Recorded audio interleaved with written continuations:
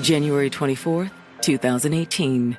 It's a brisk winter morning for citizens in the riverside town of Spring Valley, Illinois. Spring Valley is more of like a farm town. There's not really much big out there. It's about 100 miles west of Chicago, only about 5,000 people, so if you can imagine, everybody knows everybody. There's a lot of families that live there, that have lived there for generations. Overall, it's just a good place to live. But at 7 a.m., the Bradley family is growing concerned. 16-year-old Diamond Bradley has seemingly disappeared. Diamond, baby? Her mother, Doris, goes into Diamond's bedroom to look for her, and she realizes Diamond isn't there. Doris's older son, Daquan, had made plans to hang out with his sister, Diamond, that day. And so he shows up at Doris's home looking for Diamond. Hey, where's Diamond? I don't know. I had talked to Diamond the day before, and she was like, hey, we should hang out tomorrow. Whenever I had the opportunity to spend time with her, I always spent time with her. I mean, she was you just wanted to be around her all the time. And I kind of like start worrying because it's getting late in the morning. I said she usually texts me by now. Then I started texting and trying to call her phone, but her phone like kept going to voicemail. She's not answering me. Can you try to call her? Maybe she'll answer for you.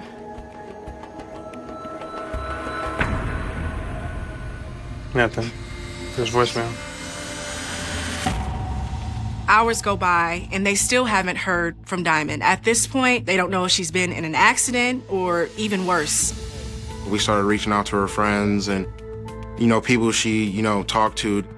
I'm asking everybody, and everybody like, no, we haven't seen her. I've been texting and nothing. So Doris decides around 6:30 p.m. to call the Spring Valley Police to report her daughter missing. Yes. I'd like to file a missing persons report. At roughly 5 feet tall and 100 pounds, 16-year-old Diamond Bradley was a petite package bursting with personality. She looked younger than what her age was, but it didn't really impact her. It was just people would be like, oh, that little girl. Diamond was a light in so many people's lives. When she walked in a room, she completely transformed the space. She was very outgoing. She was very just the spotlight. Whenever Diamond was around, everybody's attention was on her. Diamond personality, when you're sad, she made you happy. She always had a bright smile on her face. She loved dancing. She loved singing. She loved music, like, no matter what it was. I mean, like rock, classic rock, anything. Anything that sounded good to her, she listened to it. But above all, family came first in Diamond's life. Diamond had a really good relationship with my mom. If Diamond needed somebody to talk to, my mom was the first person she went to. They were really close. Every day she would come to my room. She tells me she loves me every day. She was a good girl. I hung out with Diamond a lot. She was funny, made me laugh all the time. I just loved being around her. Made me happy. With her younger siblings, they have a problem, they go to her. She was always there for them. Diamond was the heart and soul of her family. It was through family that Diamond met her boyfriend, Jason Green. My mom is friends with his stepdad. They'd come around a lot, so he was a part of our family. There was an age gap, and he was a little older than her, and I didn't too much like it, but it was okay with me because he hung out at the house. Hey man, how are you? Good. Am I right, Jenna? Sure. I got along with her boyfriend perfect. He was cool. I liked him. The fact that Jason got along so well with her family made Diamond that much more in love with him. You want to stay for dinner, babe? Mama should be done cooking soon. Yeah, I'm down. Smells good. With Jason by her side, Diamond had big plans for her future. She wanted to be a nurse. She wanted to go into the nursing field. Everybody thought that this would be a really great field for her. She had the personality. She loved to meet people, talk to people, know about them, care for them. I always told her, You can be or do anything you want to do. You just got to stick with it. When she set her mind to something, she went after it. And so her family knew that she was going to become this nurse and go out and impact the world. But now, Diamond's mother is reporting her missing after she seemingly disappeared on the morning of January 24th. Hello? Yes. I'd like to file a missing persons report. Investigators immediately respond and come out to speak with Doris. Once I got there and started talking with Doris, I immediately felt like this was abnormal. Is her running away, is that normal for her? No. No. She would never run away from home. No. I knew something was wrong. I said, that's out of the ordinary with her. Doris tells detectives that the last time she saw Diamond was the evening before, when the family celebrated her birthday. My birthday is January 23rd. It was just like family there, and I had a cake, and everybody sang happy birthday to me, and it was just like a normal day. When the party was over, Diamond was getting ready for bed. It seemed like a night like any other night. We said goodnight to each other, and then she walked back upstairs, and I went to sleep, and that was the last time I saw my daughter. And Doris says she found something in her daughter's bedroom that raises more cause for alarm. Doris tells officers that when she was looking around Diamond's bedroom, she found a cell phone. That was a big red flag for me because typically teenagers aren't going to go anywhere without their cell phone.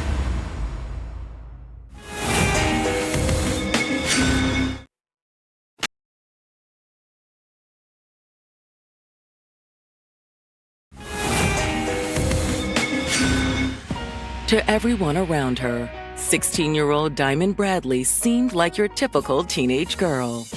She was happy-go-lucky, but Diamond had dreams, and one was she wanted to do nursing. With the support of her loving family and boyfriend Jason Green, it seemed like Diamond was on track to reach her goals. Her boyfriend was a little older than her, but he was genuinely a good dude. So, I didn't care about it. Like many other teenage girls, she was pushing her boundaries, but was still setting herself up for future success. Her family was very proud of her. But when Diamond goes missing on the morning of January 24th, 2018, her loved ones are left grasping for answers. Her mother, Doris, tells investigators that she made a discovery while looking around in Diamond's room for her. She found a cell phone. That was a big red flag for me because typically teenagers aren't going to go anywhere without their cell phone. The thing is, I don't think this is Diamond's cell phone. She has a Motorola flip phone. This phone was an iPhone. Unfortunately, the phone is locked, so there's not a lot of identifying information. Do you mind if we take this with us? Sure. Doris agrees to allow detectives to take the phone back to their headquarters to see if they can unlock it. Does Diamond have any maybe close friends or boyfriend that this phone might belong to? Well, she does have a boyfriend, Jason Green is his name, but he's currently incarcerated. Jason had recently been arrested on drug charges. At that time, he was locked up, so I knew she wasn't with him. Okay, we're gonna start working on this immediately. We'll keep you guys updated. Thank you. The next morning, detectives start making the rounds with Diamond's other family members and friends. One of the individuals they speak with is Diamond's cousin, Kristen Evans. They were very close. They weren't just cousins, they were like best friends. So officers decide to question her to see if she can give them any information. Well, I'm sure she's fine. She's probably just hanging out with one of our friends. She was not very forthcoming with information. I think that she, at that point, thought that Diamond had just left and went somewhere. And I think she was trying to protect Diamond so that Doris didn't know what was actually going on. Kristen tells detectives the last time she saw Diamond was on the night of the 23rd, when they were celebrating her Aunt Doris's birthday. After the birthday celebration, Kristen went to hang out with her boyfriend, Winston McBride.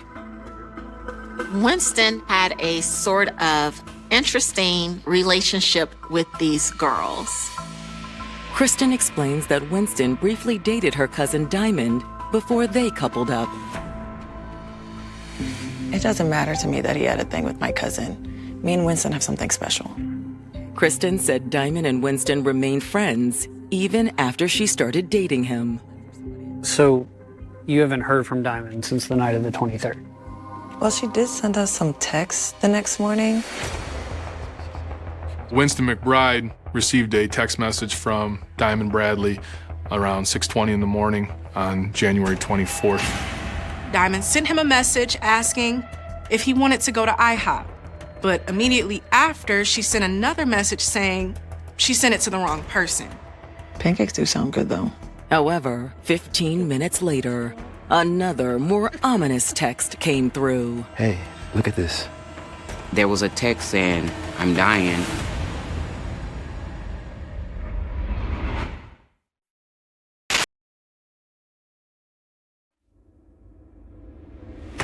In January of 2018, detectives in Spring Valley, Illinois, are searching for missing 16-year-old Diamond Bradley. No one had seen her since the evening of her mother's birthday celebration. But Diamond's cousin, Kristen Evans, says she and her boyfriend Winston received text messages from Diamond on the morning of the 24th. And one of those texts sends alarm bells ringing. Hey, look at this. There was a text saying, "I'm dying." You know, when something is really funny and they say, "I'm dying laughing," we just assume that's what it was. And that's probably what she meant. But detectives aren't so sure. Eager for more details on the text messages, they bring Winston McBride in for questioning. Winston agreed to willingly come in and talk to us, and he did seem to have a genuine concern for Diamond's whereabouts. We're just really hoping you can help us figure out where Diamond is. Sure. Anything to help.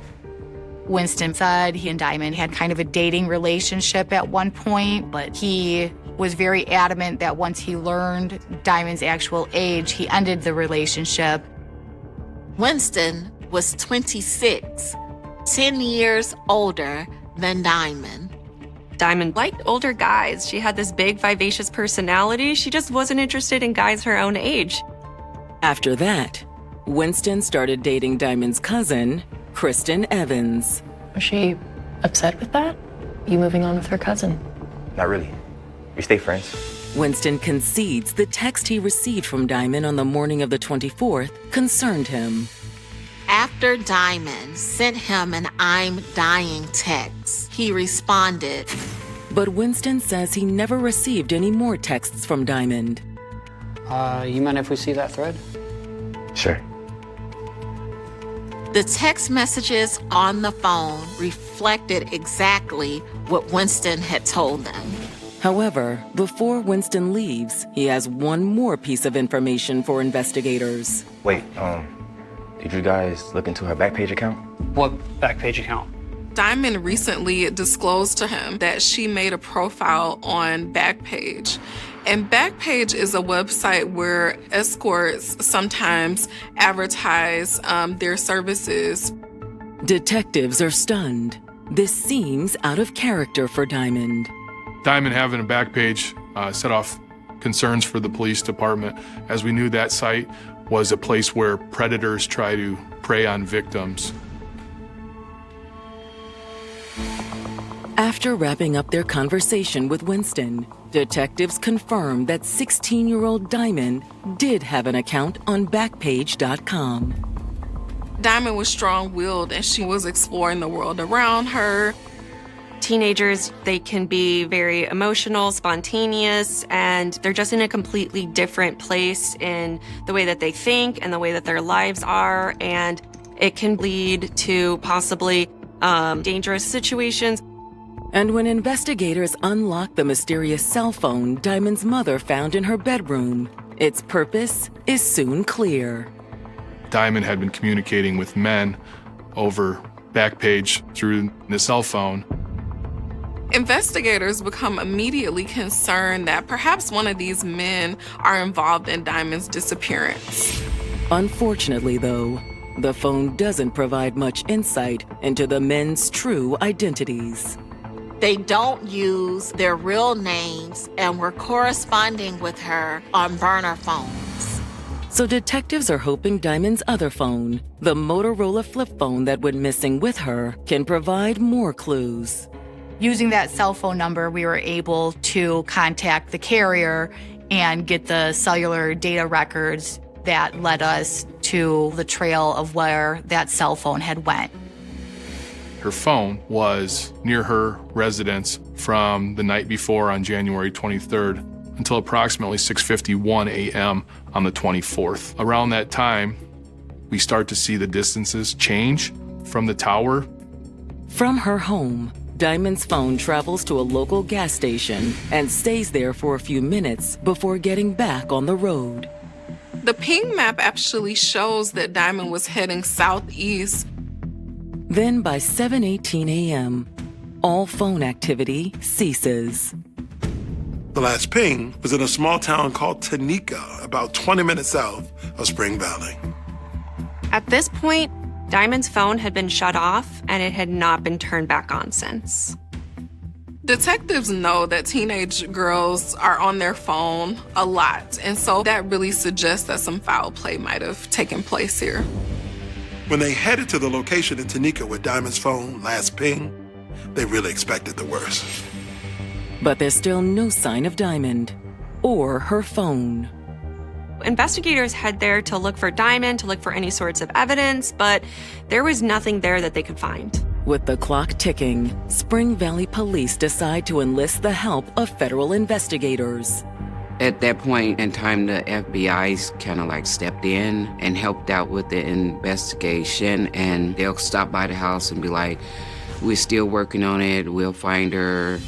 In the meantime, Diamond's family takes their own strides to help find their lost loved one. We started, maybe we should get it out there. If you've seen her, please let me know. And then that's when we got to making the flyers. They put them all over Spring Valley, and lots of tips are coming into the Spring Valley Police Department. We had a very large number of people call in trying to help and having information. Everything that we received is information we took very seriously. Unfortunately, all of these tips end up to be dead ends. But on January 27th, a call comes in to 911 dispatchers that will shift the course of the entire investigation. Hello to the Sheriff's Office. Yes, ma'am. I guess we're gonna need a deputy.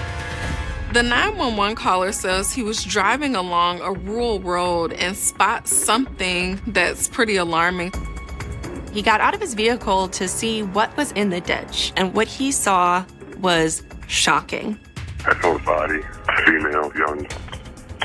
Approximately how old? High school age. It's a human body matching the description of Diamond Bradley.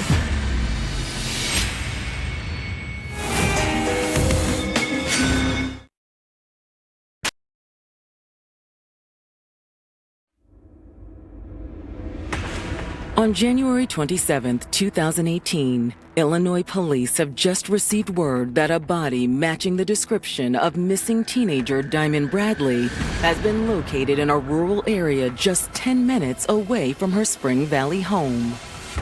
I saw the body, female, young. Approximately how old? High school age. We went to where the body was located, which was in a rural area in Putnam County, which would be to the south of Spring Valley. As soon as Spring Valley police arrive on the scene and look at the body, there's no doubt that this is Diamond. That's gotta be her. Yeah. It appeared that Diamond's death had been violent. She had been stabbed multiple times. She had multiple lacerations on her body, on her neck. She had multiple defense wounds, which clearly indicated that, you know, she fought. She fought hard. She did not go easy. It's beyond heartbreaking. She hadn't even, you know, started living her life yet, and it was taken in a very violent way. Spring Valley officer Adam Curran prepares to give Diamond's family the tragic news. Unfortunately, I was given the task of notifying Doris Bradley and her family of the death of Diamond Bradley. Death notifications are never easy because you know you're going into someone's residence and you're going to break their heart. And that's not something we as police officers want to do. We don't want to break someone's heart. Good afternoon, Miss Bradley. Can I come inside? Of course. Come on. The police officer came to the house, and then that's when they told me that they found her. I broke down, and yeah, it was a pretty rough night. Can I take a break? Yes, absolutely. Okay. I hear crying. At first, I thought it was Diamond. I'm like, oh, thank God they found her. And then I just see my mom. And I'm like, at this point, I'm like, what's going on? What happened? We found Diamond. At first, I didn't believe it. And to be honest with you, I kind of blacked out. So.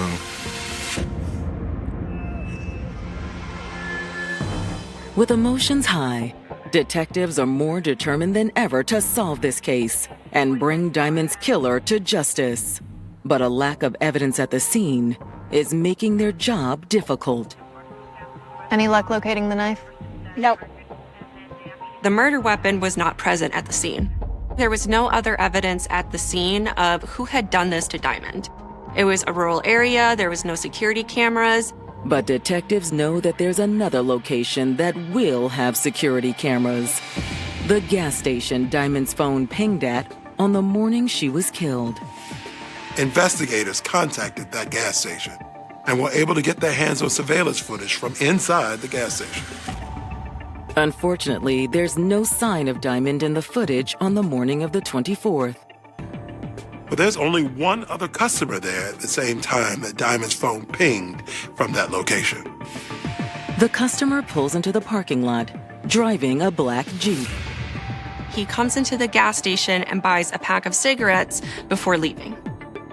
And when he leaves the gas station, it's at the same time Diamond's phone starts heading southeast.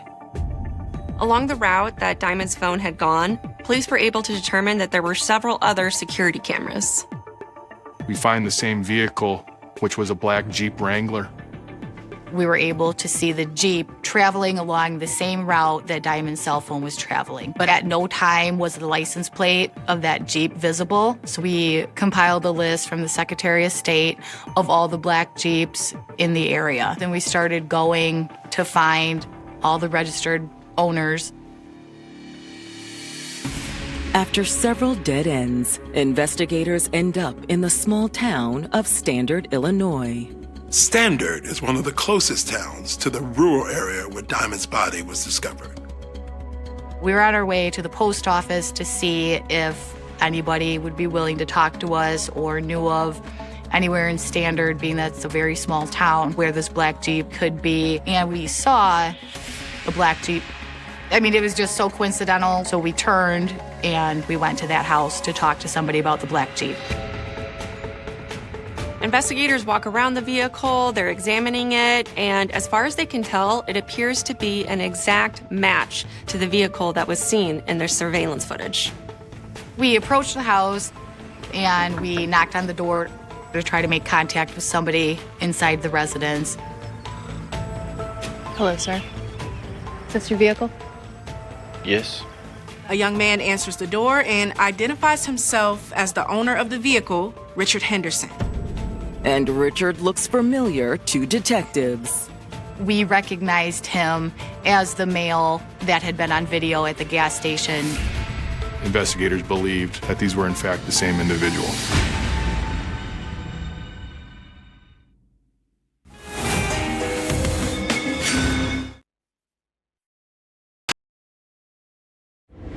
1 week after 16-year-old Diamond Bradley was found stabbed to death, Illinois police have finally made contact with a major person of interest. His name is Richard Henderson.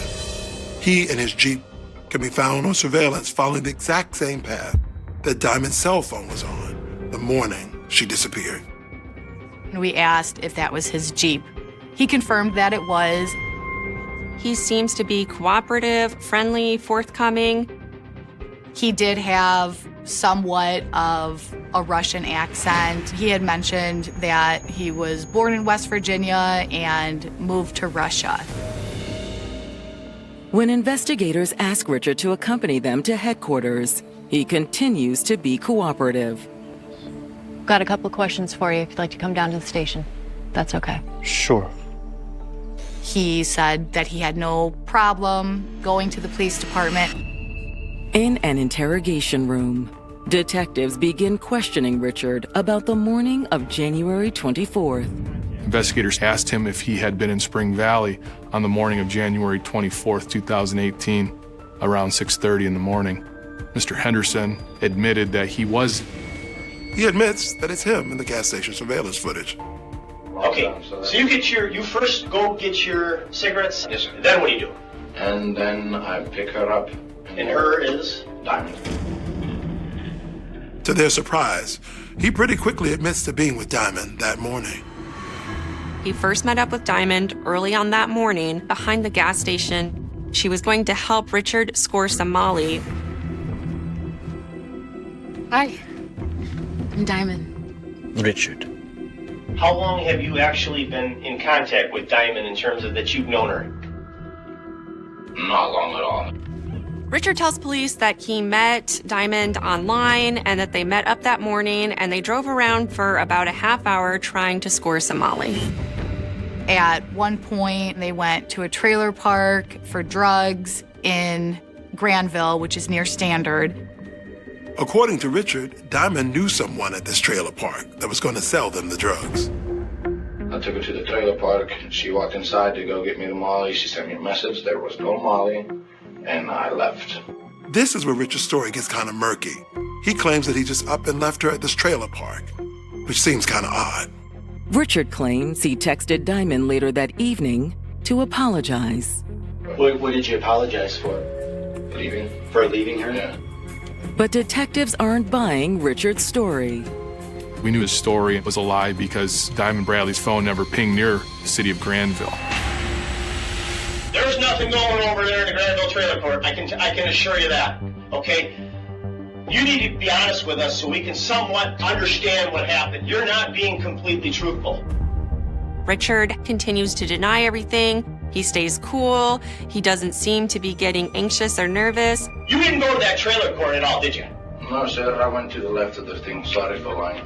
Listen to me. Listen to me. I feel like I'm getting accused of something. Just relax. Richard was asked by investigators if he would take us through his route of travel on the day that he picked up Diamond. You'd be willing to show us where you picked her up at and all that other good stuff? Yes, sir. Yes, sir. You'd be willing? I would.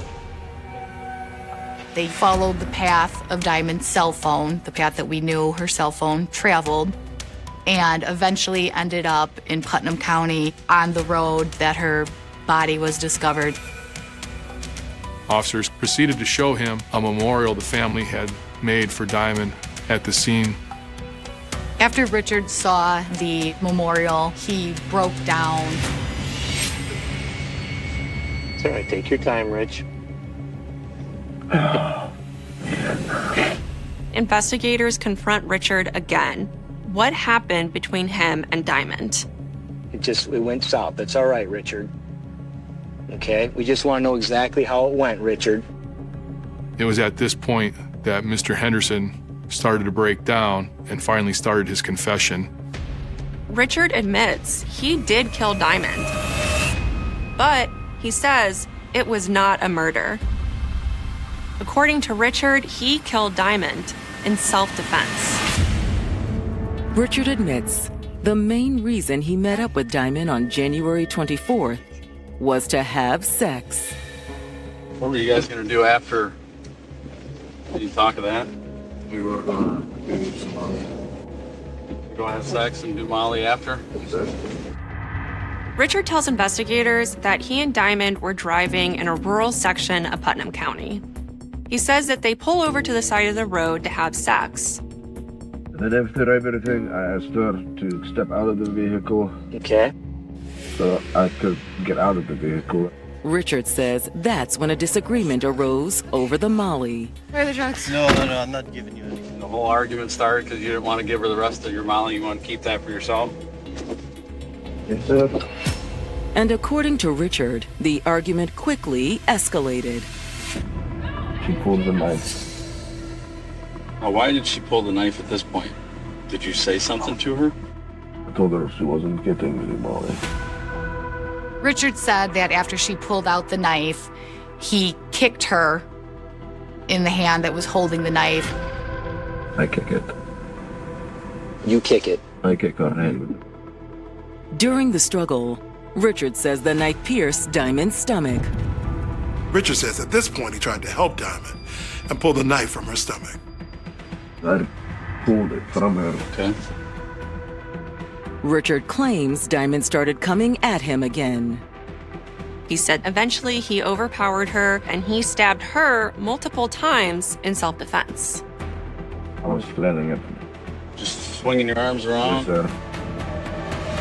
And Richard, let me ask you this. Did you get her in the back a couple times? Like when she was walking away from you? Like her legs, her back? No, sir. No? You didn't stab her there? Okay. How does she end up being in the ditch? I push her. After that, Richard says he fled the scene. Did you went back to your Jeep? Is that what you did? Or did you take off walking? I drove off. Detectives already know Richard's story is full of holes. His story was so preposterous. Richard only admits to stabbing Diamond a couple of times. However, the autopsy results proved that Diamond had actually been stabbed more than 20 times. The autopsy also shows that Diamond was stabbed in the back. Those injuries did not corroborate with someone who was defending themselves.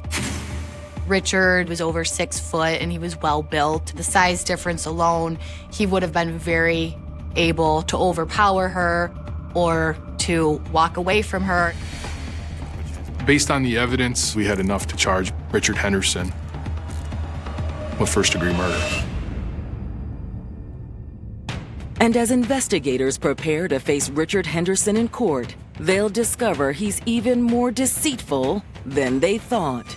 During the investigation, they continue to uncover more and more about Richard. What? He, in fact, never resided in Russia, and the accent that he was using was not an actual accent. It was very bizarre. These are the traits of a true psychopath.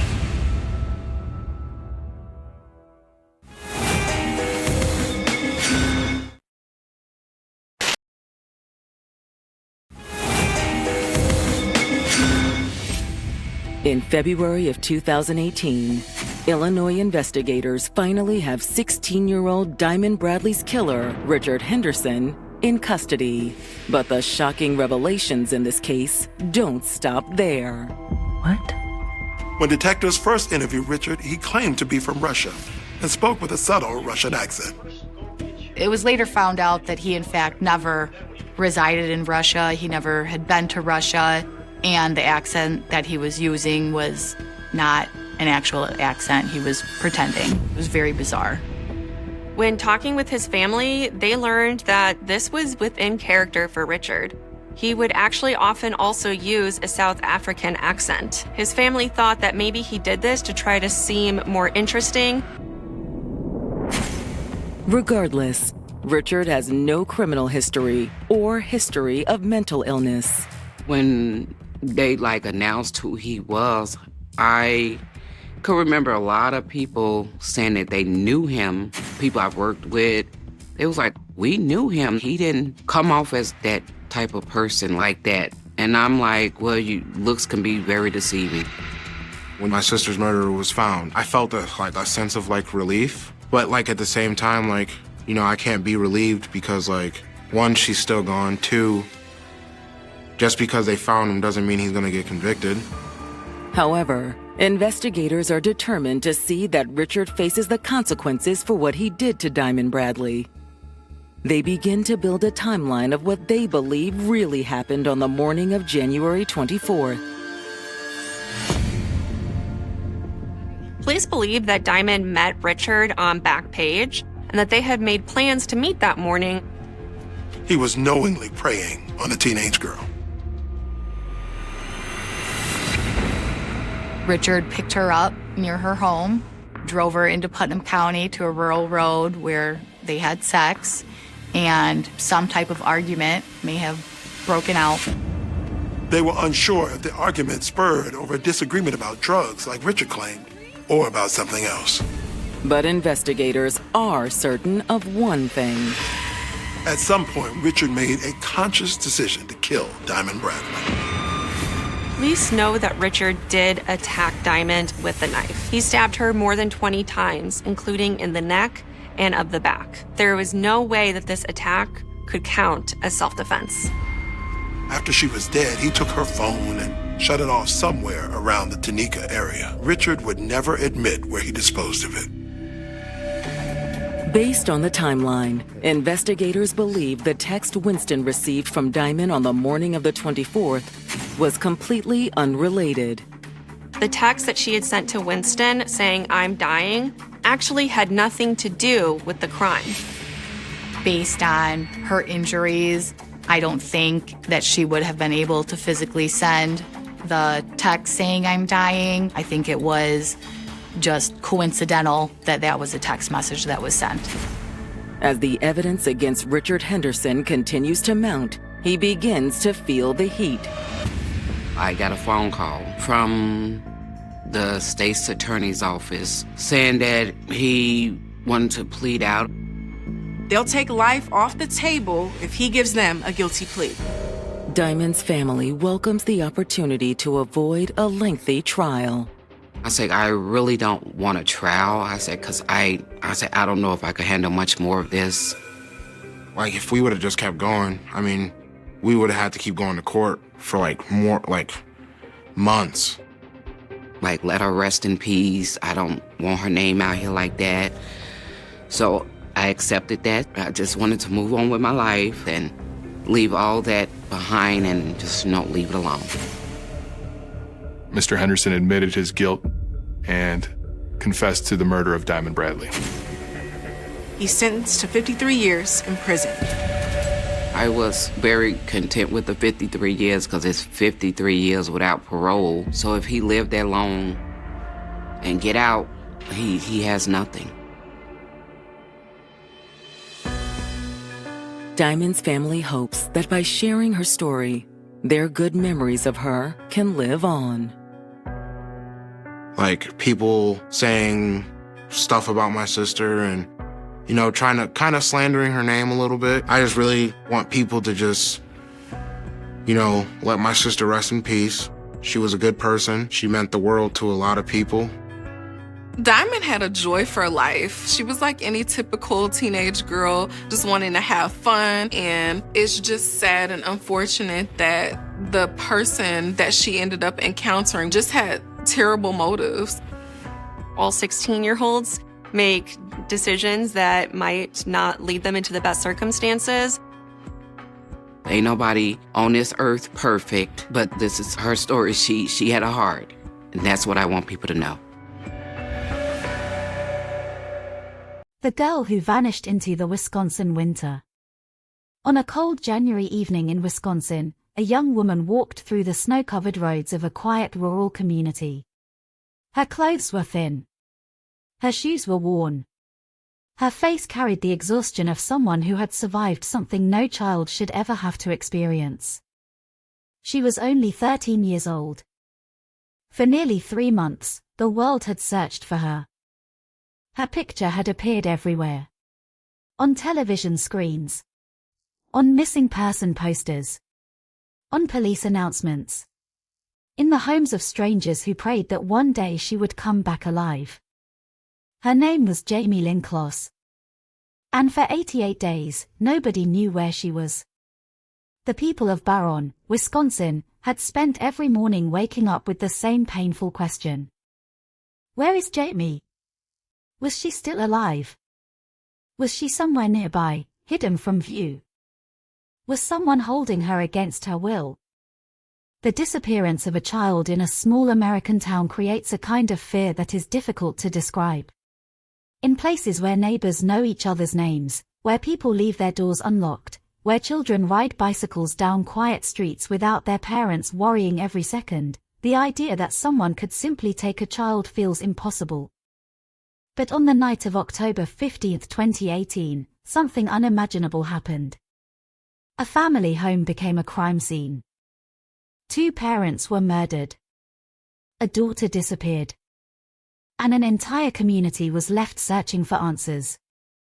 The story began in Barron, a small city surrounded by farmland, forests, and long stretches of empty roads. It was the kind of place where life moved slowly. People worked hard, raised families, and valued privacy. Jamie Kloss was not famous. She was not someone who lived a public life. She was simply a teenager growing up in Wisconsin. She went to school.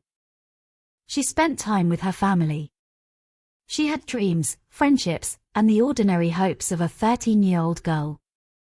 She had no idea that someone she had never met had already noticed her. Someone who was watching. Someone who had made a decision that would destroy an entire family. That person was Jake Thomas Patterson. A 21-year-old man who had no connection to Jamie. No family relationship. No friendship. No history between them.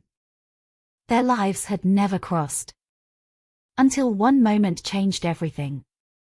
According to investigators, Patterson saw Jamie as she was getting onto a school bus. It was a normal morning. A teenager preparing for another school day. A driver passing by. A stranger looking out from behind the wheel of a vehicle. But inside Patterson's mind, that brief moment became something much darker. He later admitted that after seeing Jamie, he decided he wanted to take her. Not because of something she had done. Not because of a personal conflict. Not because he knew anything about her. She was simply a person he chose. That detail was one of the most disturbing parts of the case. Many violent crimes are driven by anger, revenge, jealousy, or some relationship between the victim and the offender. But this was different. Jamie was targeted by someone who barely knew she existed. A stranger had looked at an innocent child and imagined a crime. And then he began moving toward making that nightmare real. In the days before the attack, Patterson drove through Barron. He watched. He thought. He planned. 3 different times, he went near the Kloss family home. The first time, he saw lights inside the house. Someone was awake. The plan stopped before it began. The second time, he also turned away. But the third time was different. The night of October 15th became the night he would not leave. The weather was cold. The streets were quiet. Most families in Barron were asleep. Inside the Kloss home, James and Denise Kloss were unaware that someone was approaching their front door. James Kloss was 56 years old. Denise was 46. They were ordinary parents who worked hard and cared for their daughter. Both worked at the Genio turkey processing plant. To their neighbors, they were not people surrounded by drama. They were quiet, friendly, and private. They were the kind of family nobody expected to become part of a national tragedy. But before sunrise, their lives would be violently taken away. And their daughter would disappear. At approximately 12:53 in the morning, Patterson arrived near the Kloss home. He had prepared himself. He carried a shotgun. He wore dark clothing. He covered his face. He was not there to talk. He was not there to negotiate. He had already decided what he was going to do. When James Kloss heard something outside, he approached the door. In the darkness, he saw a figure standing outside. Like many people would have done, he tried to understand who was there. Maybe he thought it was law enforcement. Maybe he believed there was some mistake. He asked the person outside to show identification. But instead of an answer, violence came through the door. The sound of the gunshot shattered the silence of the night. James Kloss was killed inside his own home. A place that should have been the safest place in his world became the location of unimaginable horror. Inside the house, Denise and Jamie realized something was terribly wrong. They hid. They tried to protect themselves. A mother and daughter trapped together, knowing that someone dangerous had entered their home. Denise made a desperate attempt to call for help. She dialed 911. But she never had the chance to explain what was happening. The operator heard confusion, fear, movement, the sounds of a family fighting for survival. Then the call ended. Police officers were sent to the home. They arrived only minutes later. But those minutes were enough. Jake Patterson had already taken control of the situation. After killing James, he moved through the house searching for anyone who could identify him. He was not only trying to commit a crime.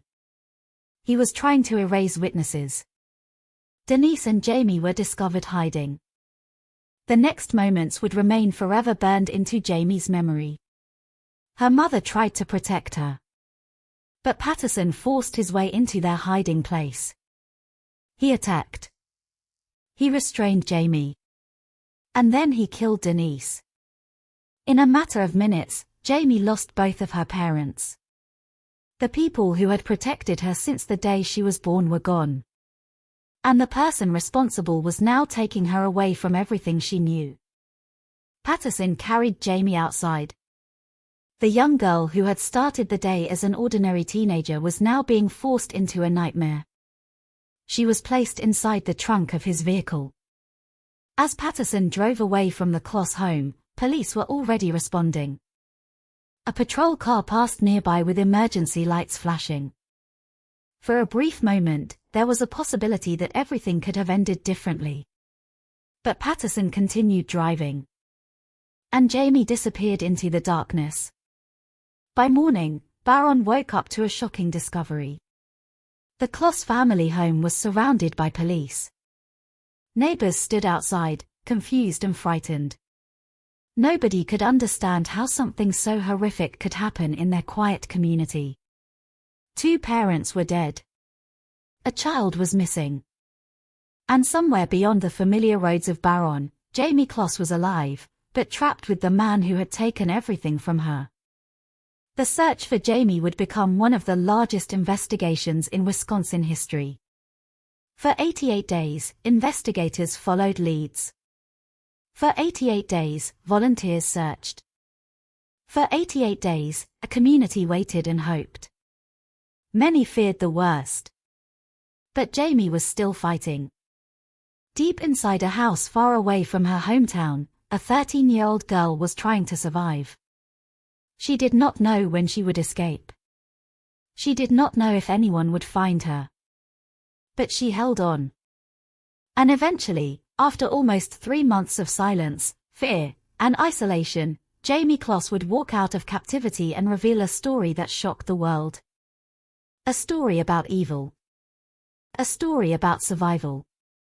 And a story about a young girl who refused to disappear. A quiet town, a normal life, and the shadow nobody saw coming.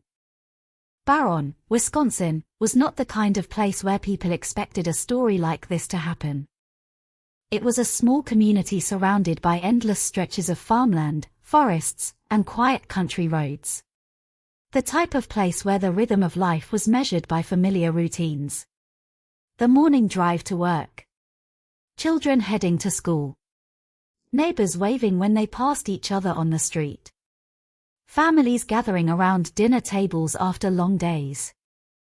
For many people living there, Baron represented something close to the idea of safety. It was not a city where people constantly looked over their shoulders. It was not a place where strangers disappeared every day. It was a community where people believed they knew each other. But sometimes, the most terrifying crimes do not happen in places filled with chaos. Sometimes they happen in ordinary neighborhoods, behind ordinary doors, in towns where nobody believes they need to be afraid. Barron was located in northwestern Wisconsin, a region known for its natural beauty and peaceful landscapes. The area was surrounded by woods, lakes, and rural properties spread across long distances.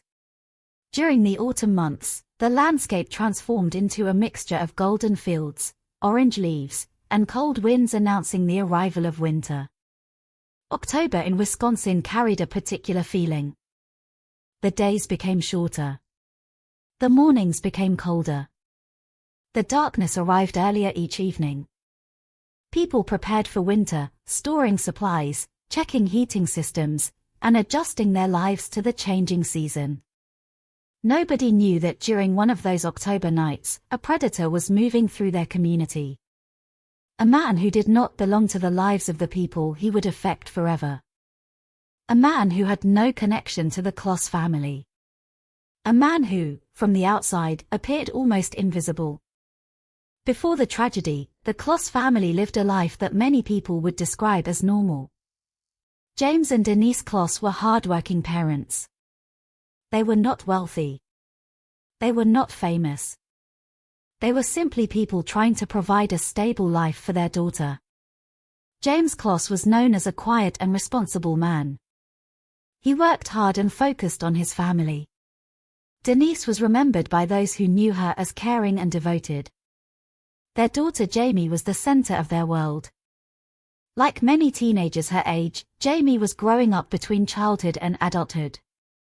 She was beginning to discover who she was. She had friends. She attended school. She had the ordinary interests and emotions of a teenager. There was nothing about her life that suggested she would become the target of one of the most disturbing crimes in modern American history. She was not involved in dangerous situations. She did not know dangerous people. She was not searching for trouble. Trouble found her. The Kloss family home sat in a quiet area where the sounds of everyday life were usually simple. The opening and closing of doors.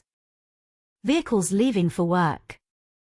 Children preparing for school. The sounds of neighbors living their own lives. It was the kind of environment where families felt protected by distance and familiarity. But that sense of security was exactly what made the attack so shocking. The person who entered the Kloss home was not someone they had been fighting with. Not an angry former friend. Not a person seeking revenge. Not someone with a personal reason to hate them. He was a stranger. And that fact created a different kind of fear. Because when the danger comes from someone you know, people often search for warning signs. They ask, was there an argument? Was there a threat? Was there a conflict? But when the danger comes from a complete stranger, the questions become much more frightening. How do you protect yourself from someone you never saw coming? How do you recognize a threat that has never introduced itself? How do you prepare for someone who has already decided to harm you? These were the questions that would remain after the Kloss case.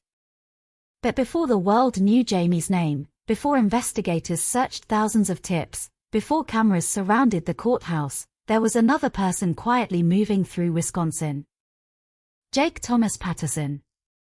Born in 1997, Patterson was 21 years old when he committed the crime. To many people who knew him casually, he did not appear to be someone capable of such violence. He was not a famous criminal. He was not someone who had spent years building a public reputation as dangerous.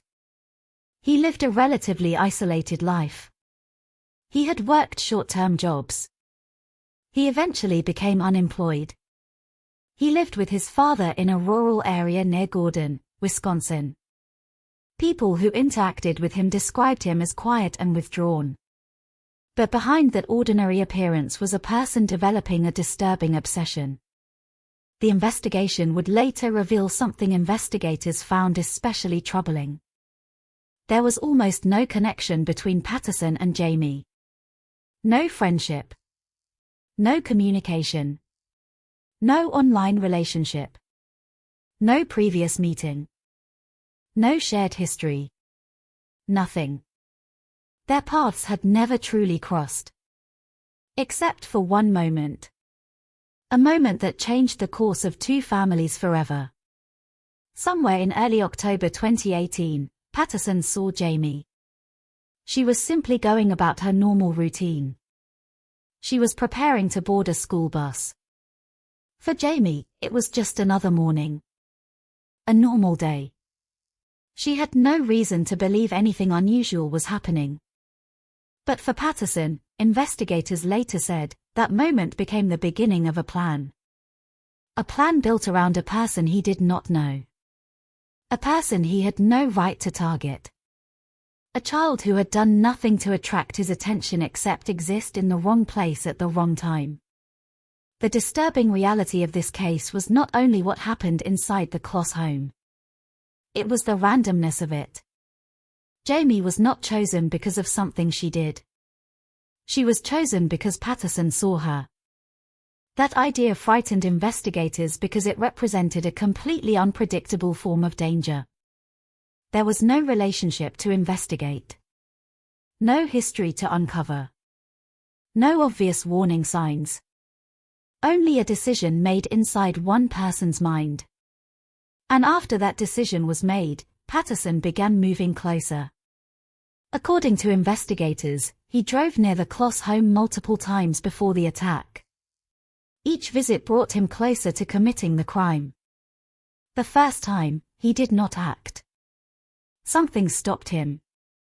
The house was not as he expected. There were signs of life. The possibility of being discovered was too high. So he left.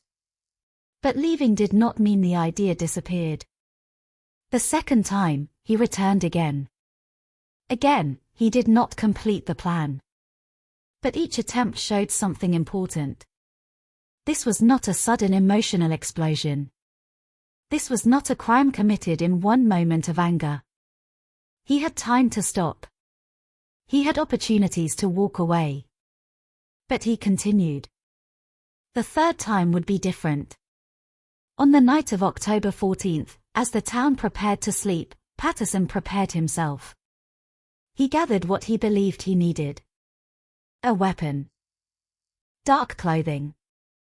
A disguise. Materials to restrain his victim. He was not walking toward a random house. He was walking toward a family who had no idea they were about to become victims. Inside the Kloss home, life continued normally. James and Denise had no reason to believe this night would be different. Jamie had no reason to believe she would not wake up in her own bedroom the next morning. That is what makes the beginning of this tragedy so heartbreaking. The Kloss family was not living recklessly. They were not ignoring danger. They were simply living. They were parents. They were a daughter. They were a family preparing for another ordinary day. But outside their home, someone had already made a decision that would erase their future. In the early morning hours of October 15, 2018, the quiet streets of Baron became the setting for a crime that would shock an entire nation. A crime that would begin with a stranger standing outside a front door. A crime that would leave behind 2 deaths, 1 disappearance, and a question that would haunt thousands of people. How could someone choose an innocent child and decide that her life would become his nightmare? The answer would slowly emerge over the next 88 days. But first, investigators had to uncover what happened inside the Kloss home. And what they found would reveal the beginning of a nightmare no one in Baron could have imagined, the ordinary life that was stolen. Long before television cameras lined the streets of Baron, before helicopters circled above the small Wisconsin town, and before millions of people across America learned to recognize her face, Jamie Lynn Kloss was simply a 13-year-old girl living an ordinary life. She was not extraordinary because she sought attention. She was extraordinary because she represented the quiet innocence that exists in countless small towns across the United States. The kind of childhood measured not by headlines, but by school mornings, family dinners, homework spread across a kitchen table, birthdays celebrated with relatives, and weekends that blended peacefully into one another. If someone had asked Jamie only weeks before the tragedy what she expected her future to look like, her answers would probably have sounded remarkably ordinary. Another school year. Time with friends. Family holidays. Growing up. Dreams that were still changing because she was only beginning to discover who she wanted to become. At 13 years old, life still felt enormous. There was time for everything. Time to learn. Time to laugh. Time to imagine adulthood as something distant. Like many teenagers, Jamie lived somewhere between childhood and independence. Old enough to have her own opinions. Young enough to still look toward her parents whenever life became uncertain. That balance was something James and Denise Kloss understood well. They had spent 13 years building a home where their daughter felt safe. Not perfect. Not luxurious. But safe. The Kloss family did not live a glamorous life. James and Denise worked demanding jobs at the Jennie-O turkey processing plant, where long hours and physical labor were simply part of everyday life. The work was repetitive. The schedules could be exhausting. Yet they continued because they wanted stability. They wanted their daughter to have opportunities they themselves had worked hard to provide. Every morning followed familiar routines. Alarm clocks rang before sunrise. Coffee brewed in the kitchen. Work clothes replaced pajamas. Carts pulled quietly out of driveways while much of the town was still asleep. Like thousands of American families, the Kloss household functioned through routine. Routine creates comfort. It tells children that tomorrow will probably look like today. Parents go to work. Children go to school. Dinner happens in the evening. Everyone returns home. That rhythm becomes so familiar that people rarely stop to appreciate it. Only when it disappears do they realize how precious ordinary life truly is. Neighbors describe the Kloss family as quiet and respectful. They were not the loudest family on the street. They were not involved in neighborhood disputes. There were no stories of constant arguments or public conflicts. James and Denise kept mostly to themselves. They worked. They came home. They focused on their daughter. For many people living nearby, they represented exactly what small-town America often celebrates. Hard work. Family. Privacy. Trust. No one looked at their house and imagined it would someday become the center of a nationwide investigation. Jamie herself was known as a polite and somewhat shy teenager. She was still discovering who she was. Friends remembered her as kind rather than attention-seeking. She enjoyed spending time with people she trusted. Like many girls her age, she balanced school responsibilities with ordinary teenage interests. Nothing about her suggested she would ever become the victim of a stranger's violent obsession. Perhaps that is one reason the case affected so many people. Jamie could have been anyone's daughter. Anyone's granddaughter. Anyone's younger sister. There was nothing unusual about her life. And because of that, families across America saw their own children in her story. James Kloss had spent decades building the life he shared with Denise. People remembered him as dependable. Not a man who sought recognition. Not someone who enjoyed being the center of attention. He simply did what needed to be done. He worked. He cared for his family. He enjoyed the simple routines that often define adulthood. His love was visible not through dramatic speeches but through consistency. Showing up every day. providing, protecting. Denise Kloss shared those same values. Those who knew her often described her as warm, caring, and deeply devoted to Jamie. Motherhood shaped much of her life. Her daughter's happiness mattered more than almost anything else. Like many parents, Denise worried about ordinary things. School, health, the future. She never imagined she would one day be forced to protect her daughter from an armed stranger inside her own home. There is something deeply heartbreaking about ordinary families facing extraordinary violence. The Kloss family did not prepare for danger because there had never been a reason to. Their greatest concerns were probably the same concerns shared by millions of parents. Bills, schedules, weather, work, school assignments. None of those things prepared them for evil. As autumn settled across Wisconsin, life continued peacefully. The leaves changed color. Cold winds swept across the fields surrounding Barron. Morning frost began appearing on rooftops. Children climbed onto school buses wearing heavier jackets than they had only weeks before. Jamie followed those familiar routines. Every school morning looked much like the one before. She woke up, prepared for class, left home, boarded the bus.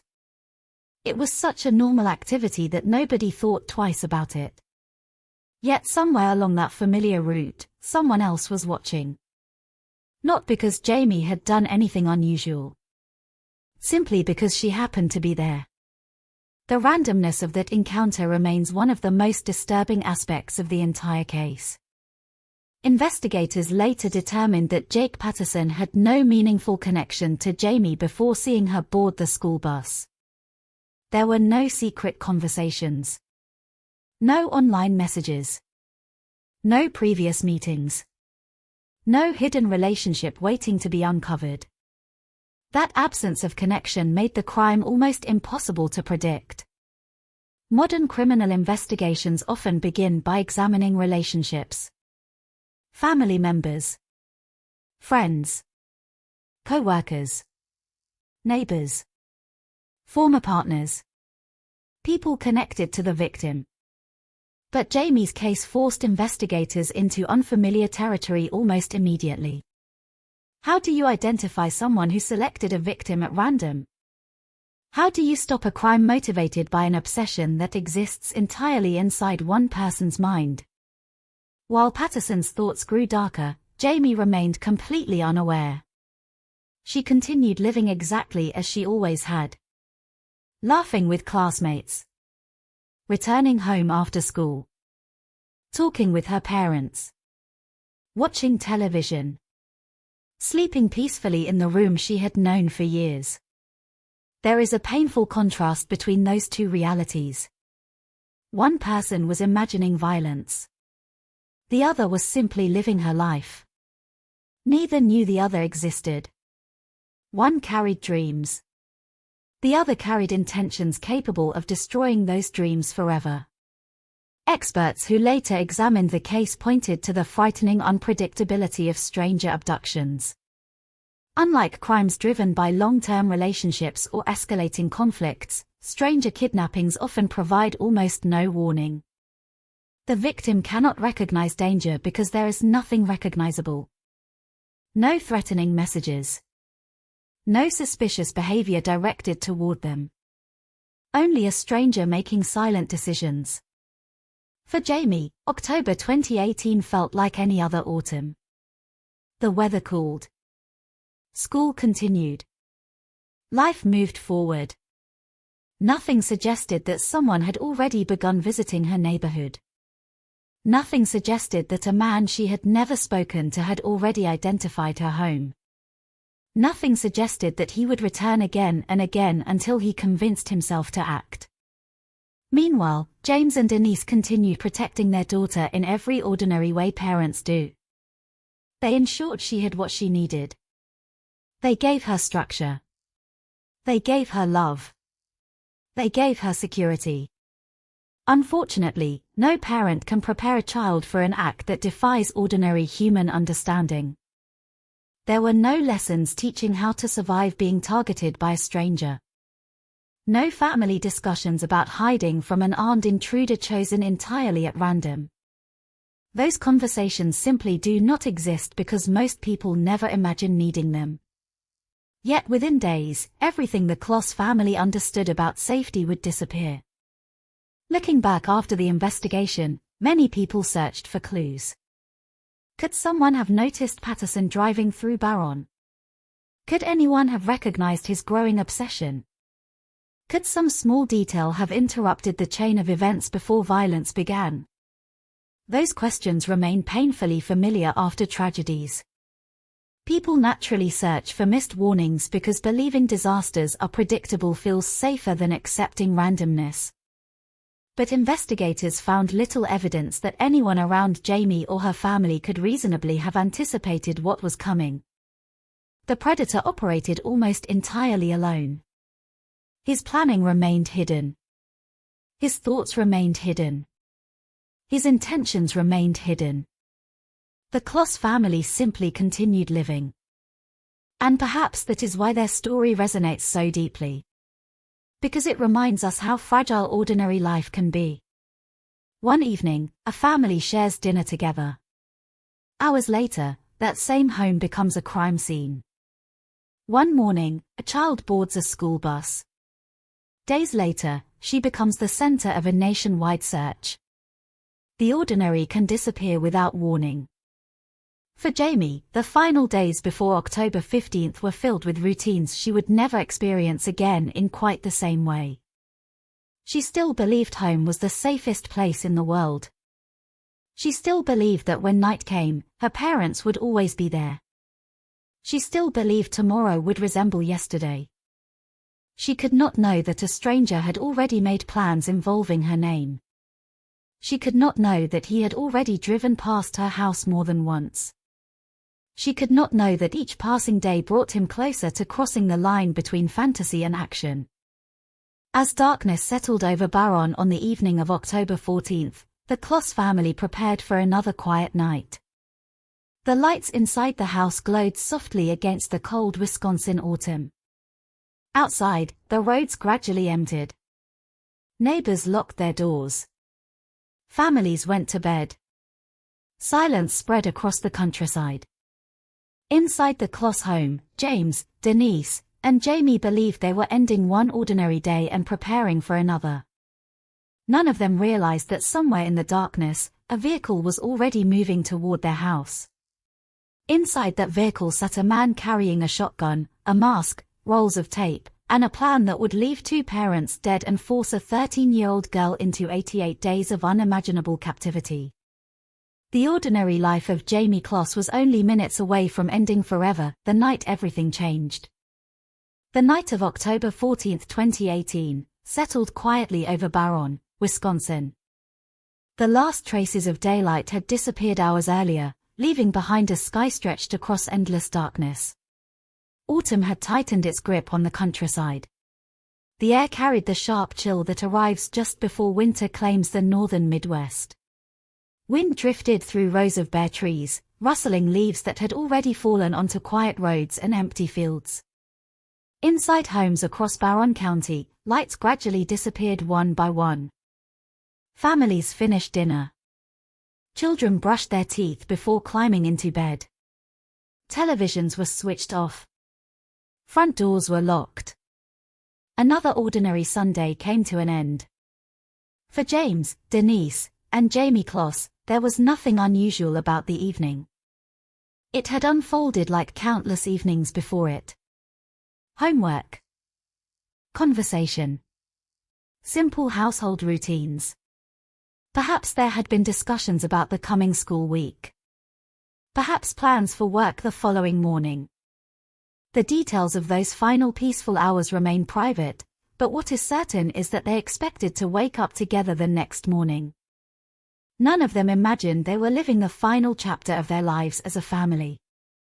Outside, miles away from the Kloss home, another routine was unfolding. It was not peaceful. It was deliberate. Jake Thomas Patterson had already made his decision. This would be the night.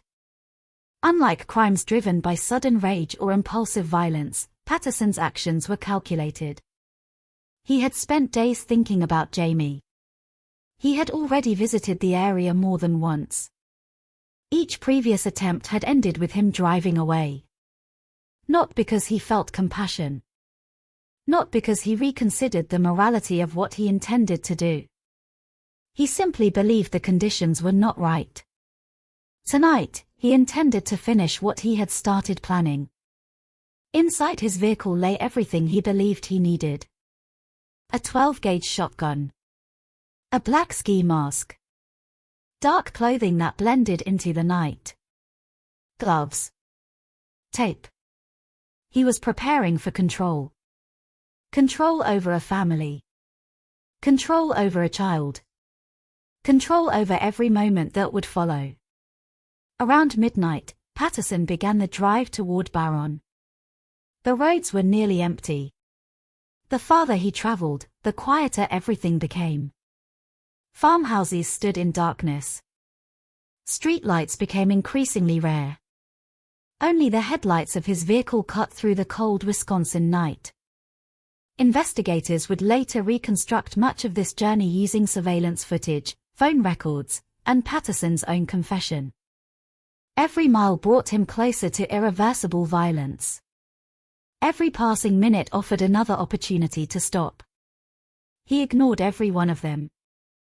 Shortly before 1 o'clock in the morning, Patterson approached the Kloss residence.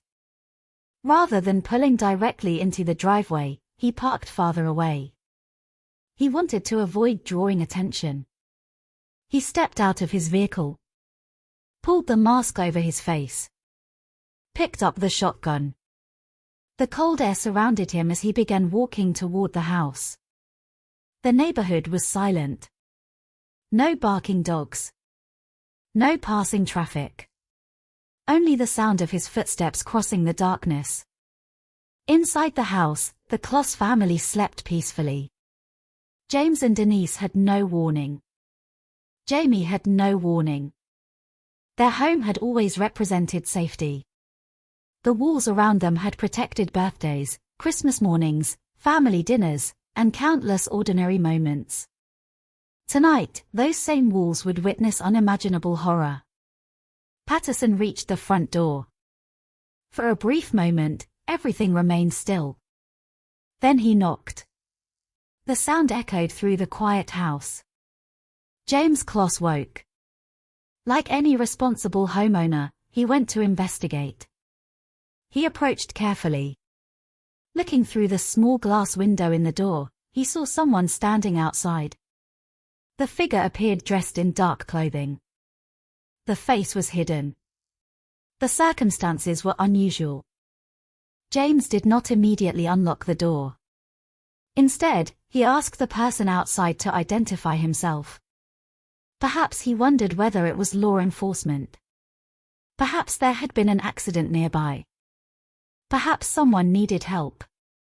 Those thoughts lasted only seconds. Patterson demanded that the door be opened. James refused. It was the last decision he would ever make. Without hesitation, Patterson raised the shotgun. The blast shattered the silence. The buckshot tore through the front door.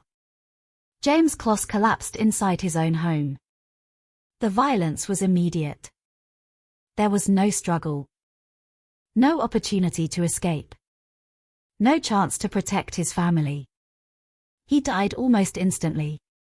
Inside the house, Denise and Jamie were awakened by the deafening explosion. Confusion turned into terror within seconds. People often imagine that during moments like these, time slows down. Survivors frequently describe every sound becoming unnaturally sharp. Every heartbeat becoming louder. Every decision feeling impossible. For Denise, instinct took over. She grabbed Jamie. Together they ran toward the bathroom. It was not a perfect hiding place. It was simply the closest room with a door that could lock. Denise pushed Jamie inside. She locked the door. The two of them stood together in the small room, listening. Outside, footsteps moved through the house. Heavy. Steady. Purposeful. The intruder was searching. Every sound grew closer. Cabinets opening. Doors moving. The creaking floor beneath unfamiliar footsteps. Neither mother nor daughter knew whether James was alive. Neither knew who had entered their home. They only knew that someone dangerous was coming. With trembling hands, Denise reached for her phone. She dialed 911. The dispatcher answered. But words never came. Instead, the emergency operator heard fragments of chaos. Breathing. Movement. Fear. The sounds of someone trying desperately to survive. Dispatchers are trained to recognize silent emergencies. Even without clear information, they understood something terrible was unfolding. Police units were immediately sent toward the Kloss residence. Inside the bathroom, Denise held Jamie close. No mother imagines this moment when her child is born. No parent rehearses how to comfort a terrified daughter while waiting for an armed intruder to find them. Perhaps Denise whispered reassurance. Perhaps she prayed silently. Perhaps she simply held Jamie tighter than she ever had before. Outside the bathroom door, Patterson continued moving through the house. He was looking for witnesses. He had already killed James. He had no intention of leaving anyone behind who could stop him. Eventually, he reached the bathroom. The locked door stood between him and his intended victim. He did not leave. He forced his way inside. The small room that had offered a few moments of protection instantly became another crime scene. Jamie later described these moments as the most horrifying experience of her life. Patterson immediately focused on control. He ordered Jamie out. He used tape to restrain her. She was only 13 years old. Confused. Terrified. Unable to understand why a stranger had invaded her home. Denise remained beside her daughter. A mother standing between evil and her child. She had already lost her husband. Now she faced the man responsible. Patterson raised the shotgun once more. The second blast echoed through the house. Denise Kloss died inside the bathroom. Jamie witnessed everything. In only a few minutes, she lost both parents. Everything familiar disappeared almost instantly. The people who had protected her every day of her life were gone. There was no time to grieve. No time to cry properly. Survival became the only reality left. Patterson pulled Jamie toward the front door. She was still restrained. Still in shock. Still trying to process the impossible. The house she had entered earlier that evening as a daughter would never again be a home. Outside, the cold October air struck her face. Darkness surrounded the property.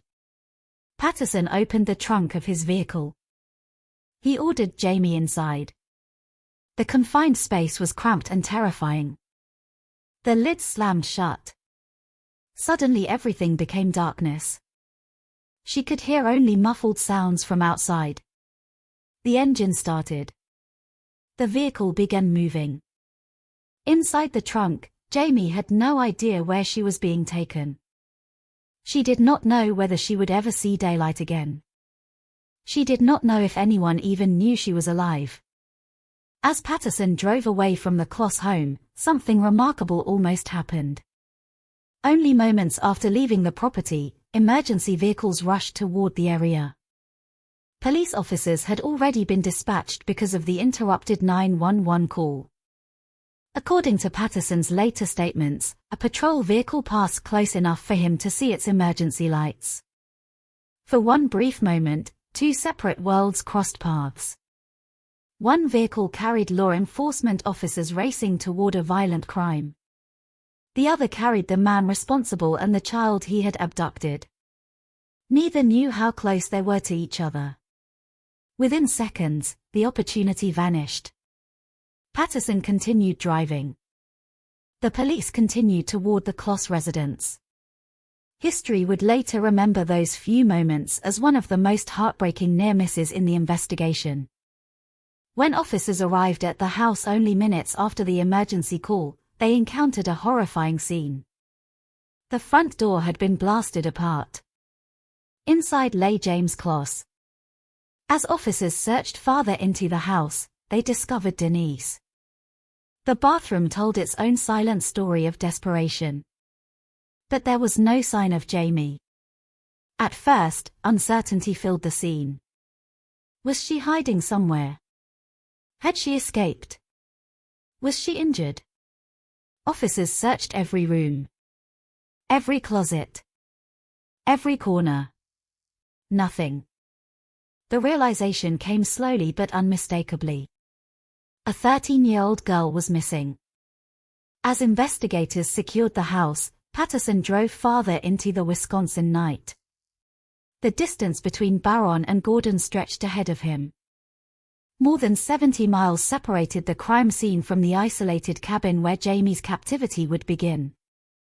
For Jamie, time seemed meaningless. Hidden inside the trunk, surrounded by darkness and fear, she could only listen to the sounds of the road beneath the tires. Every turn. Every bump.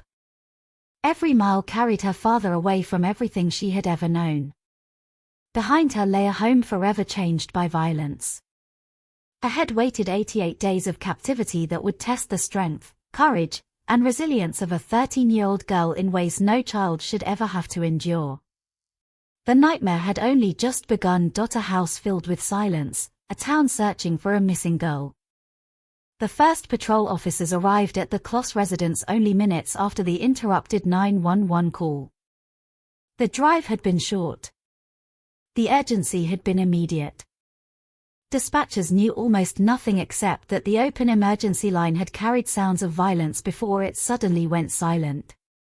There had been no address spoken aloud, no explanation from the caller, only fragments of fear that told experienced operators something was terribly wrong.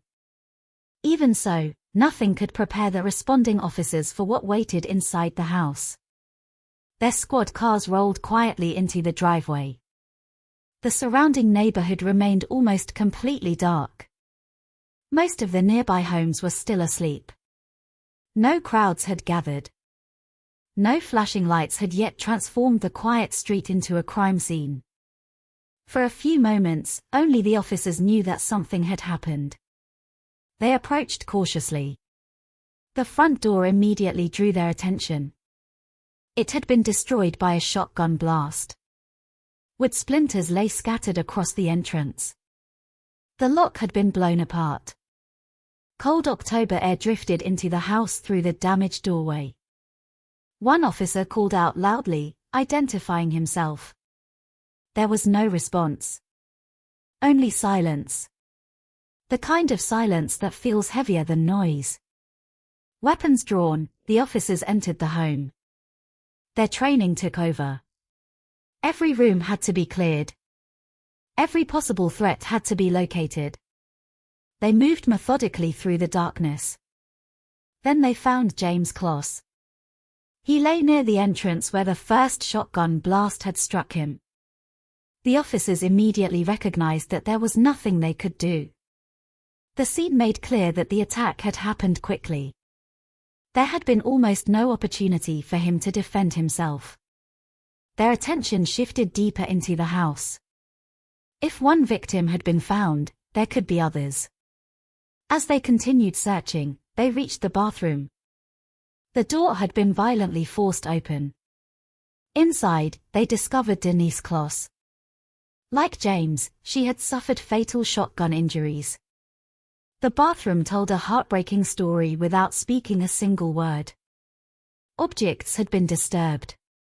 The confined space suggested that someone had desperately tried to hide. Investigators would later conclude that Denise had done everything a mother could possibly do in those final moments. She had chosen protection over escape. She had stayed beside her daughter. She had refused to abandon her. Now she lay where her final act had been an attempt to save the child she loved most. But something was missing. Someone was missing. The officers searched the rest of the home. Bedrooms, closets, basement. Every room. Every corner. They repeatedly called Jamie's name. There was no answer. At first, hope remained. Perhaps she had escaped. Perhaps she was hiding somewhere outside. Perhaps she had run to a neighbor's house. The officers expanded their search around the property. Flashlights swept across the yard. The nearby woods were checked. Driveways. Roads. Outbuildings. Nothing. The realization slowly settled over everyone present. Jamie Kloss was gone. Within minutes, what had begun as a double homicide investigation became something even larger. A missing 13-year-old girl. Investigators now faced two possibilities. Either Jamie had fled into the darkness and become lost, or someone had taken her. Neither possibility offered comfort. Additional deputies arrived. Soon afterward came investigators from the Barron County Sheriff's Department. The house transformed into a carefully controlled crime scene. Yellow tape surrounded the property. Photographers documented every detail. Evidence technicians moved slowly from room to room, preserving anything that might explain what had happened. The front door became one of the first critical pieces of evidence. The damage immediately suggested the use of a shotgun. The angle of the blast. The pattern of destruction. The pellets recovered from inside the home. Everything pointed toward a calculated forced entry. Nearby, investigators documented footprints leading through the property. Tire impressions were examined. Every fragment of physical evidence mattered. Unlike television dramas where detectives solve crimes through dramatic breakthroughs within hours, real investigations depend upon hundreds of tiny observations. Each one may seem insignificant. Together, they tell a story. Inside the bathroom, investigators found Denise's cell phone. It remained connected to the interrupted emergency call. The recording itself became one of the most important pieces of evidence. Although the caller had been unable to speak, the sounds captured during those terrifying moments helped investigators establish a timeline. The recording documented movement. Loud impacts. Gunfire. It confirmed that the violence had unfolded rapidly. The emergency dispatcher who had answered the call later described knowing instinctively that someone had been trying to reach help but never had the chance. Outside the house, dawn slowly approached.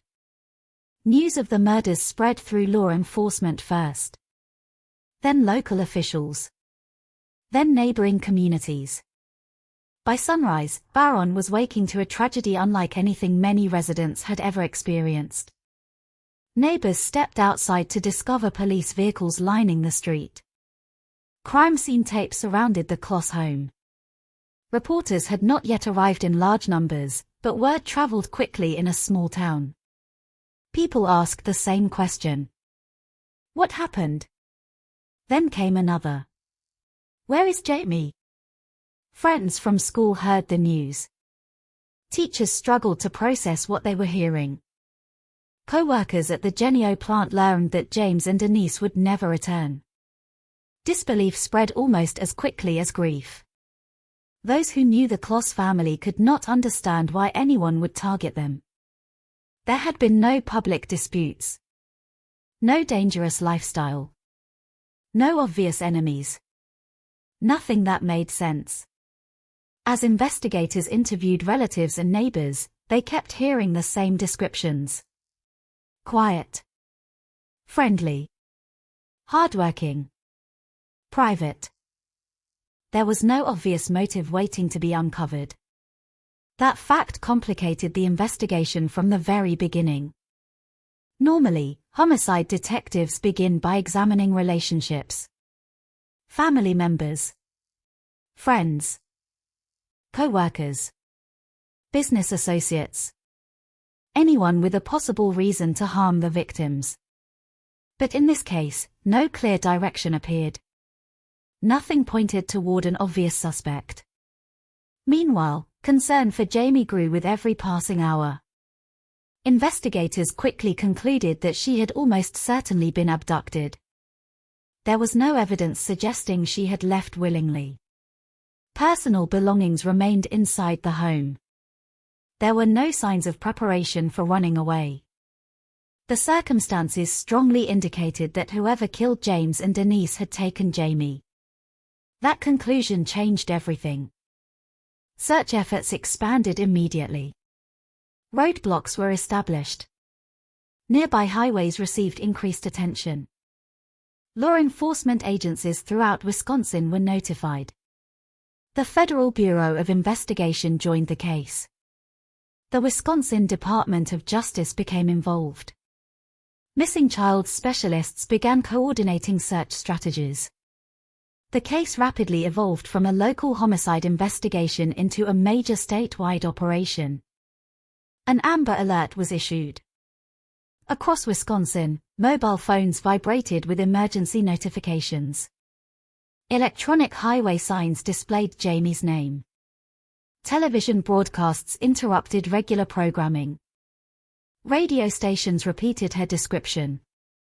A smiling school photograph of a 13-year-old girl suddenly appeared everywhere. Parents looked at the picture and imagined their own children. Communities hundreds of miles away began following the case. As media coverage intensified, thousands of tips flooded investigators. People reported suspicious vehicles, unknown individuals, unusual conversations, possible sightings. Some tips appeared promising. Others quickly proved unrelated. Each one required careful evaluation. No possibility could be ignored. Search teams organized ground operations across Barron County. Volunteers arrived from neighboring communities. Many had never met Jamie. They simply wanted to help. They searched forests, fields, roadside ditches, abandoned buildings. Every location where a frightened child might be found. Helicopters surveyed large areas from above. Specially trained search dogs followed every available lead. The weather complicated the effort. Cold temperatures affected both evidence and search conditions. As autumn slowly turned toward winter, investigators knew that time mattered. Every hour increased concern. Every day without answers deepened uncertainty. Inside the Barron County Sheriff's Office, investigators worked almost without rest. Evidence covered tables. Maps filled walls. Timelines grew longer. Officers reconstructed every known movement of the Kloss family during the days leading up to the murders. Who had seen them? Where had they gone? Had anyone noticed unfamiliar vehicles? Had anyone behaved strangely? They interviewed co-workers, teachers, neighbors, friends, relatives. Everyone connected to the family. Nothing pointed toward a clear suspect. That absence of direction frustrated investigators. Cases involving family murders often reveal hidden conflicts. Financial problems. Domestic violence. Personal grudges. Yet the Kloss investigation continued producing the same conclusion. The family appeared ordinary. There was no hidden life waiting to be uncovered. Some investigators began considering whether the murders might have been connected to another crime. Perhaps a robbery. Perhaps mistaken identity. Perhaps someone targeting the wrong house. Each possibility was examined carefully. Each eventually failed to explain the evidence. The biggest unanswered question remained Jamie. Why take her? If robbery had been the motive, why kidnap the child? If revenge had motivated the attack, why abduct one victim while killing the others? Nothing fit comfortably. Behavioral analysts studying the case began suggesting another disturbing possibility. Perhaps Jamie herself had been the intended target from the beginning. If true, that meant the murders had not been the primary objective. They had merely removed obstacles standing between the offender and the child he wanted. That possibility changed the psychological profile investigators were building. It suggested planning, preparation, control. It suggested an offender willing to eliminate anyone who interfered with his objective. Yet even with that growing theory, investigators still had no suspect. No name. No vehicle description. No eyewitness able to identify the attacker. The crime had happened quickly, during darkness, in a quiet rural area. The killer had vanished almost as suddenly as he had appeared. Back in Baron, the emotional toll grew heavier every day. Flowers accumulated outside the Kloss home. Candles flickered during evening vigils. School counselors met with students struggling to understand how one of their classmates could disappear overnight. Parents hugged their children more tightly. Many found themselves checking door locks they had rarely worried about before. The illusion of complete safety had disappeared. For a town built upon trust, that loss affected everyone. Each passing morning began with hope that today would bring news. Each evening ended with disappointment. Still, investigators refused to give up. Somewhere beyond Barron County, Jamie Kloss was still alive. They simply did not know where.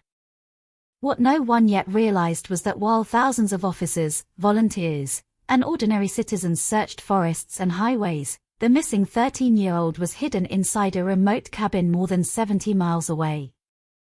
She was not wandering through the wilderness. She was not lost.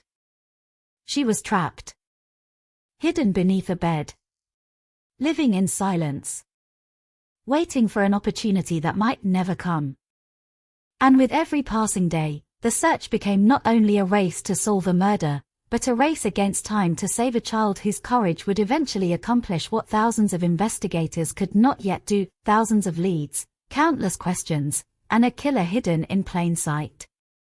As the sun rose over Barron County on October 15, 2018, the investigation had already become one of the largest law enforcement operations in Wisconsin's recent history. The murders of James and Denise Kloss alone demanded an enormous response. The disappearance of 13-year-old Jamie Kloss transformed that response into an urgent race against time. Every investigator understood the same painful reality. If Jamie had been abducted, every passing hour mattered. Research into child abduction cases had long shown that the earliest stages of an investigation were often the most critical. Evidence disappeared. Witnesses forgot small details. Tire tracks faded beneath changing weather. Security camera footage could be overwritten. The window to identify a suspect narrowed with every day. Barron County Sheriff's investigators immediately began constructing a complete timeline of the Kloss family's final days. They wanted to know everything. When had James left work? Who had spoken with Denise? Had Jamie mentioned anything unusual at school? Did anyone notice unfamiliar vehicles near the neighborhood? Did the family receive strange phone calls? Investigators examined every possibility. Nothing was considered too small. Nothing was dismissed without verification. Inside the sheriff's office, conference rooms slowly transformed into command centers. Large maps covered the walls. Colored pins marked witness interviews. Road maps traced potential escape routes. Photographs of the Kloss residence covered investigation boards. Whiteboards filled with timelines became increasingly crowded as detectives documented every confirmed event from the night of October 14th into the early morning hours of October 15th. The murder scene itself continued providing valuable forensic evidence. Crime scene technicians carefully collected shotgun pellets, shell casings, footwear impressions, fingerprints, DNA samples, fibers, and trace evidence. The damaged front door was examined in extraordinary detail. Investigators measured pellet spread, firing distance, and impact angles. Every scientific examination helped reconstruct the killer's movements inside the home. But reconstruction alone could not identify who had committed the crime. For that, detectives needed people. They began where almost every homicide investigation begins. The family. James and Denise's relatives were interviewed extensively. Friends were contacted. Co-workers from the Genio processing plant described the couple's daily routines. Neighbors discussed anything unusual they had seen in recent weeks. Every conversation pointed toward the same conclusion. The Kloss family had lived quietly. They had no obvious enemies. No ongoing legal disputes. No dangerous associations. No recent threats. The absence of conflict puzzled investigators. Normally, violent crimes leave emotional footprints. Arguments. Financial disputes. Jealousy. Domestic violence. Business disagreements. But the Kloss family appeared almost completely free of those common investigative pathways. That forced detectives into increasingly broader possibilities. Perhaps someone had mistaken the house for another. Perhaps robbery had gone wrong. Perhaps Jamie had somehow become involved with someone online. Digital forensic specialists immediately examined electronic devices recovered from the home. Computers. Phones. Internet activity. Social media accounts. Text messages. Emails. Everything was reviewed. Investigators searched for unknown contacts, suspicious conversations, hidden accounts, or evidence that someone had been communicating with Jamie.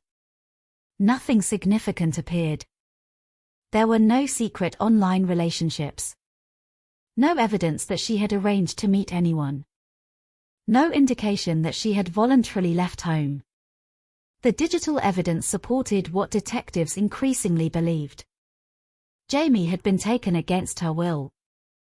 Meanwhile, public attention continued growing. National television networks began broadcasting updates almost every day. The image of Jamie's smiling school photograph became instantly recognizable across the country. Journalists arrived in Baron from major cities. Satellite trucks lined nearby streets. Press conferences became routine. Sheriff Chris Fitzgerald stood before cameras repeatedly, asking for patience while encouraging the public to continue providing information. Behind every public statement stood dozens of investigators working around the clock. The volume of incoming information became overwhelming. Within days, thousands of tips had reached investigators. Some came through telephone hotlines. Others through emails. Still more through social media. People reported suspicious vehicles parked near rural roads. Hunters described abandoned cabins. Truck drivers remembered unusual passengers. Residents recalled strangers purchasing supplies. Every lead required attention. Each had to be documented, assigned, investigated, and either confirmed or eliminated. Many proved completely unrelated. Some sounded convincing but quickly collapsed under investigation. Others consumed valuable time before ultimately reaching dead ends. This is one of the least visible realities of major investigations. For every breakthrough the public eventually hears about, detectives may spend hundreds of hours pursuing information that leads nowhere. Yet those efforts remain essential. Ignoring even one legitimate lead could cost a victim's life. Specialized FBI behavioral analysts also joined the investigation. Rather than focusing solely on physical evidence, they examined offender behavior. Why had both parents been murdered? Why had Jamie been kidnapped instead of killed? What did those choices reveal about the offender's psychology? Behavior often reveals motive long before identity. The offender had entered the house prepared. He had brought restraints. He had concealed his identity. He had used overwhelming violence immediately. He had not searched the home for valuables. Nothing suggested robbery. Instead, everything pointed toward one objective: taking Jamie. That conclusion deeply disturbed investigators. It implied planning rather than impulse. Someone had selected the victim before arriving.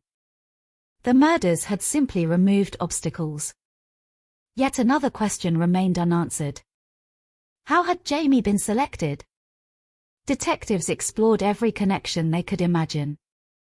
School, sports, church, extended family, workplaces, neighborhood activities. Again and again, they found nothing linking Jamie to any known suspect. The investigation seemed trapped inside a paradox. The crime appeared highly personal because of the kidnapping. Yet no personal relationship existed. As weeks passed, another challenge emerged. Public speculation.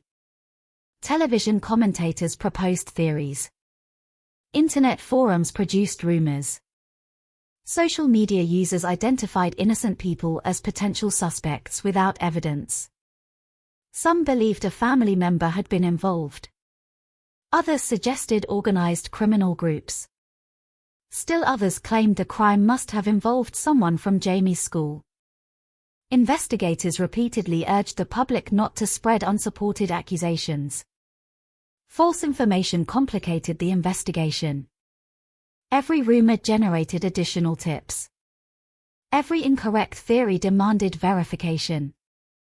Time that could have been spent pursuing genuine evidence was often consumed disproving speculation. Despite these frustrations, investigators refused to abandon systematic police work. Traffic cameras along major highways were reviewed. Businesses surrendered surveillance recordings. Gas station security footage was examined frame by frame. Vehicle registrations were checked against possible witness descriptions. Investigators searched for anyone purchasing ammunition matching the murder weapon. Local firearm records were reviewed where legally available. Thousands of names entered investigative databases. Thousands more were removed. Search operations continued simultaneously. Volunteers covered enormous areas surrounding Barron County. Search dogs followed scent trails whenever possible. Helicopters flew over forests. Divers examined bodies of water. Snow had not yet fully arrived, but colder weather increasingly threatened both evidence preservation and search conditions. Each unsuccessful day increased emotional pressure. The families of James and Denise buried their loved ones while continuing to hope Jamie remained alive. Community prayer services filled churches. Children wrote messages of encouragement. Local businesses displayed photographs of the missing teenager. Yellow ribbons appeared throughout Barron. Entire neighborhoods united around one shared hope. Bring Jamie home. Unknown to everyone searching, Jamie was already living through a terrifying daily routine inside Patterson's isolated cabin near Gordon, Wisconsin. The cabin sat surrounded by woods, separated from nearby neighbors by enough distance to provide privacy. Privacy became Patterson's greatest protection. Inside the house, he imposed strict rules. Jamie was forbidden from speaking unless instructed. She was often hidden beneath a bed whenever visitors arrived. Heavy storage containers weighted down the bed frame, making escape almost impossible while she remained underneath. If Patterson left the room temporarily, he reminded her of the consequences of disobedience. His threats rarely required repetition. Fear became another form of confinement. While investigators searched highways, she remained hidden only 70 miles away. The physical distance was relatively short. The investigative distance felt impossible. By late October, detectives acknowledged privately that they had exhausted many traditional investigative pathways. Still no suspect. Still no confirmed vehicle. Still no direct forensic match. No eyewitness capable of identifying the masked intruder. The offender had left remarkably little behind. Yet detectives understood one important truth. Someone always knows something. Perhaps not the entire crime. Perhaps not enough to recognize its significance immediately. But somewhere, someone had seen a vehicle. Someone had noticed unusual behavior. Someone would eventually connect seemingly unrelated observations. That belief kept the investigation moving. Months of experience had taught seasoned detectives that patience often solved cases faster than desperation. Pressure could not replace evidence. Facts mattered more than assumptions. As November arrived, national attention remained intense. The FBI increased reward money for information leading to Jamie's recovery. Posters spread across multiple states. Truck stops displayed her photograph. Bus stations. Airports. Shopping centers. Millions of Americans had seen her face. Yet nobody knew where she was. For investigators, the emotional burden became increasingly personal. Many had children close to Jamie's age. Every briefing ended with the same question. What are we missing? What tiny detail have we overlooked? Could the answer already exist somewhere inside thousands of pages of reports? Night after night, detectives reread witness statements searching for inconsistencies. Maps were redrawn. Timelines adjusted. Evidence re-examined. Cases like this test not only investigative skill but emotional endurance. Every officer understood that somewhere a 13-year-old girl might be waiting for rescue. No one wanted to imagine what she could be enduring. As autumn slowly surrendered to winter, Barron County prepared for another season of snow and freezing temperatures. The changing weather made searches increasingly difficult. Roads became more dangerous. Fields disappeared beneath frost. The investigation entered a painful stage familiar to many missing child cases. The initial explosion of activity gradually gave way to long hours of patient, methodical work. No dramatic breakthroughs. No miraculous discoveries. Only determination. Only persistence. Only the refusal to stop looking. What investigators could not yet know was that the breakthrough would not come from advanced forensic technology. It would not emerge from thousands of anonymous tips. It would not begin inside a laboratory or an interrogation room. Instead, after 88 days of unimaginable captivity, the most important break in the entire investigation would begin with a frightened 13-year-old girl making one courageous decision. The decision to run. 88 days of captivity and the decision that changed everything. For nearly 3 months, the outside world searched for Jamie Kloss. Her photograph remained on television screens. Her name appeared in newspapers across the country. Investigators worked through thousands of leads. Volunteers walked mile after mile through forests and fields. Parents prayed. Neighbors waited. Law enforcement agencies refused to stop looking. But while the investigation unfolded outside, Jamie was living inside a completely different world. A world measured not by calendars, but by fear. A world where every sound could signal danger. A world where survival depended on patience. After leaving Barron during the early hours of October 15th, Jake Patterson drove more than 70 miles north to his family's remote cabin near Gordon, Wisconsin. The drive carried them away from police officers, away from search teams, and away from anyone who knew Jamie. The cabin stood in a quiet rural area surrounded by trees. Its isolation was one of the reasons Patterson had chosen it. The distance from neighbors gave him privacy. Privacy meant fewer questions. Privacy meant fewer witnesses. For Jamie, however, that same isolation became another prison. When they arrived, Patterson immediately established control. He explained the rules. Not as requests. As commands. She was not allowed to leave. She was not allowed to communicate with anyone. She was expected to obey every instruction without hesitation. Behind every order stood the same threat. If she tried to escape, terrible things would happen. Those threats were not empty words. Jamie had already seen Patterson murder both of her parents. She had watched him destroy her family within minutes. She had no reason to doubt anything he said. Fear became his most effective weapon. Physical restraints were no longer necessary all the time because psychological control had already taken hold. One of the most disturbing aspects of Jamie's captivity involved the way Patterson concealed her whenever someone visited the cabin. Occasionally, relatives or acquaintances would stop by unexpectedly. Each visit created enormous risk.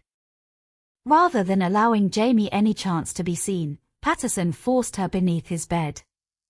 He positioned large plastic storage containers and heavy weights around the frame, making it almost impossible for her to push the bed upward. Once hidden, she was ordered to remain completely silent. Sometimes those visits lasted only minutes. Other times they stretched for hours. Jamie later described lying motionless beneath the bed, hardly daring to breathe. Every muscle ached. Her arms became numb. Her legs cramped. Yet she remained still. She understood that making even the smallest sound could have devastating consequences. Above her, ordinary conversations continued. Visitors laughed. People talked about everyday life.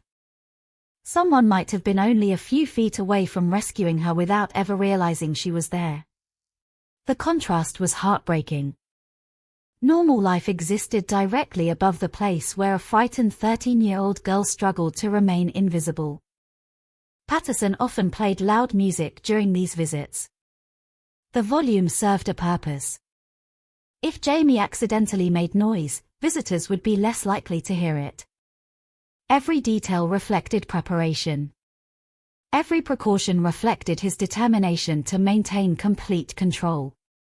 Inside the cabin, time gradually lost its meaning. The days blended together. Morning became afternoon. Afternoon became evening. Without school, friends, or family, there were few ways for Jamie to measure how much time had passed. Instead, she focused on surviving each individual day. Trauma specialists often describe survival under captivity as a process of adaptation rather than surrender. Victims learn routines. They observe patterns. They conserve emotional energy. They wait. Jamie demonstrated remarkable resilience despite her age. She watched. She listened. She remembered. Most importantly, she remained alert. She began noticing Patterson's habits. When he left the house. How long he stayed away. Which routines remained consistent. She never stopped searching for possibilities. Even the smallest opportunity mattered.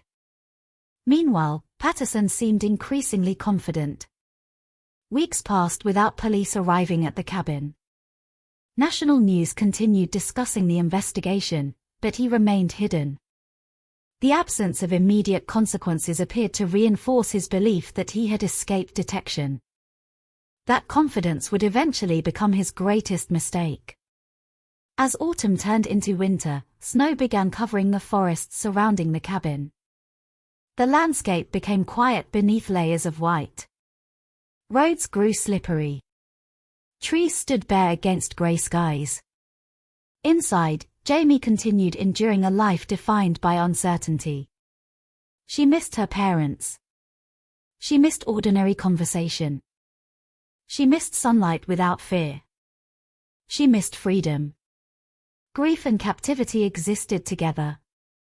There was no opportunity to mourn properly because survival demanded constant attention. Every morning she woke in the same place. Every night she fell asleep wondering whether tomorrow would bring another chance. Outside the cabin, investigators never stopped searching.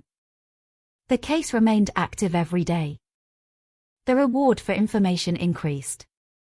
Law enforcement agencies continued reviewing evidence. Media coverage remained widespread. Although public attention naturally shifted toward newer stories over time, detectives refused to abandon hope. Sheriff Chris Fitzgerald repeatedly emphasized one belief. Jamie was still the priority. Finding her remained the mission. By early January 2019, 88 days had passed.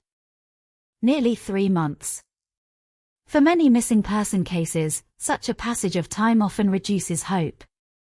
Yet Jamie remained alive. And she remained determined. Then came January 10th. At first, it appeared to be another ordinary day inside the cabin. Patterson prepared to leave the property.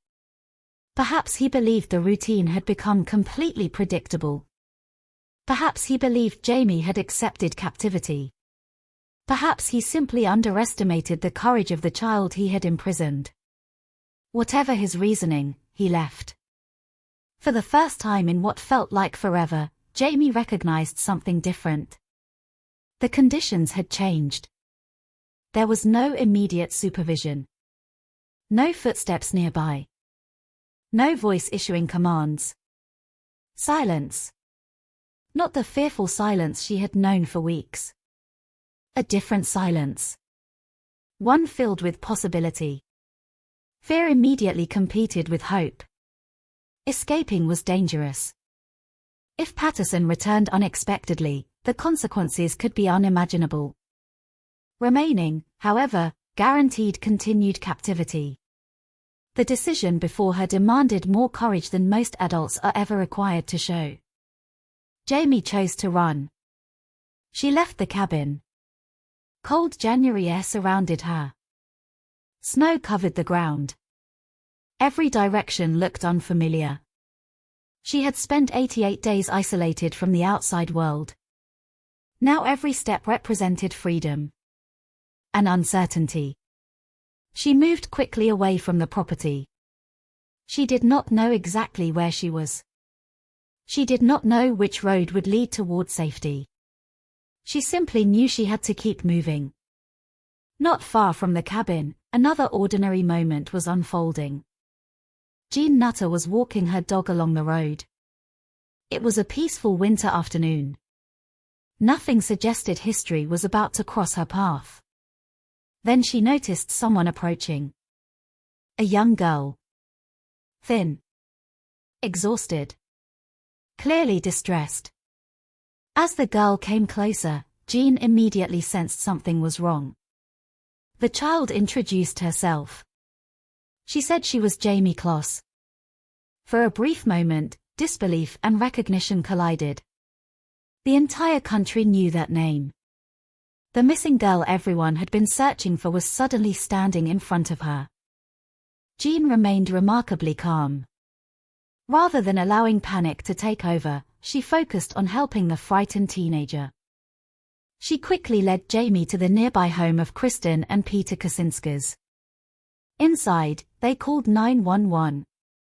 The emergency dispatcher who answered the phone heard words that few people expected would ever be spoken.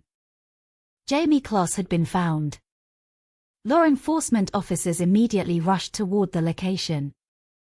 As they arrived, they found a visibly traumatized but remarkably composed 13-year-old girl.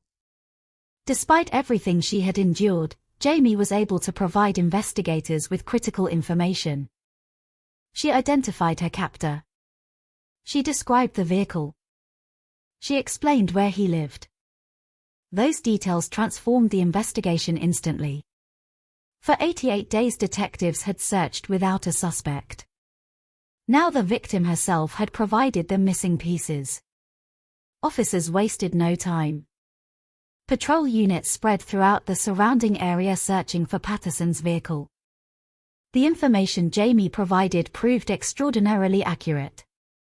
Only about 10 minutes after her rescue, law enforcement officers spotted Patterson driving. The traffic stop happened quickly. There was no dramatic chase. No prolonged standoff. He surrendered without significant resistance. As officers placed handcuffs on him, one of the largest manhunts in Wisconsin history effectively came to an end. Investigators searched his vehicle. Additional officers secured the cabin. Inside, they discovered exactly what Jamie had described. The hidden living conditions. The bedroom. The confined spaces. Every detail confirmed the unimaginable story she had begun telling. Back in Barron, the news spread almost instantly. After months of heartbreak, uncertainty, and fear, the impossible had happened. Jamie was alive. People cried. Neighbors embraced one another. Law enforcement officers who had dedicated months to the investigation struggled to contain their emotions. Reporters interrupted scheduled broadcasts. Television networks announced the extraordinary development. The missing girl had survived. Against overwhelming odds. Against every attempt to silence her. Against 88 days of captivity.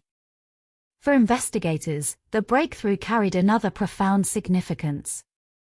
The case had not been solved by luck alone. It had been solved because a 13-year-old girl never stopped looking for the right moment. She observed. She waited. She endured. Then, when opportunity finally appeared, she acted with extraordinary courage. The child who had spent months hidden beneath a bed had become the person who brought an entire investigation to its conclusion. Her decision to run accomplished what thousands of investigative hours had not yet achieved. She found freedom. She identified her captor. She ensured that the man responsible for murdering her parents would never again disappear into anonymity. After 88 days of darkness, the first light had finally broken through. The investigation was no longer searching for Jamie Kloss.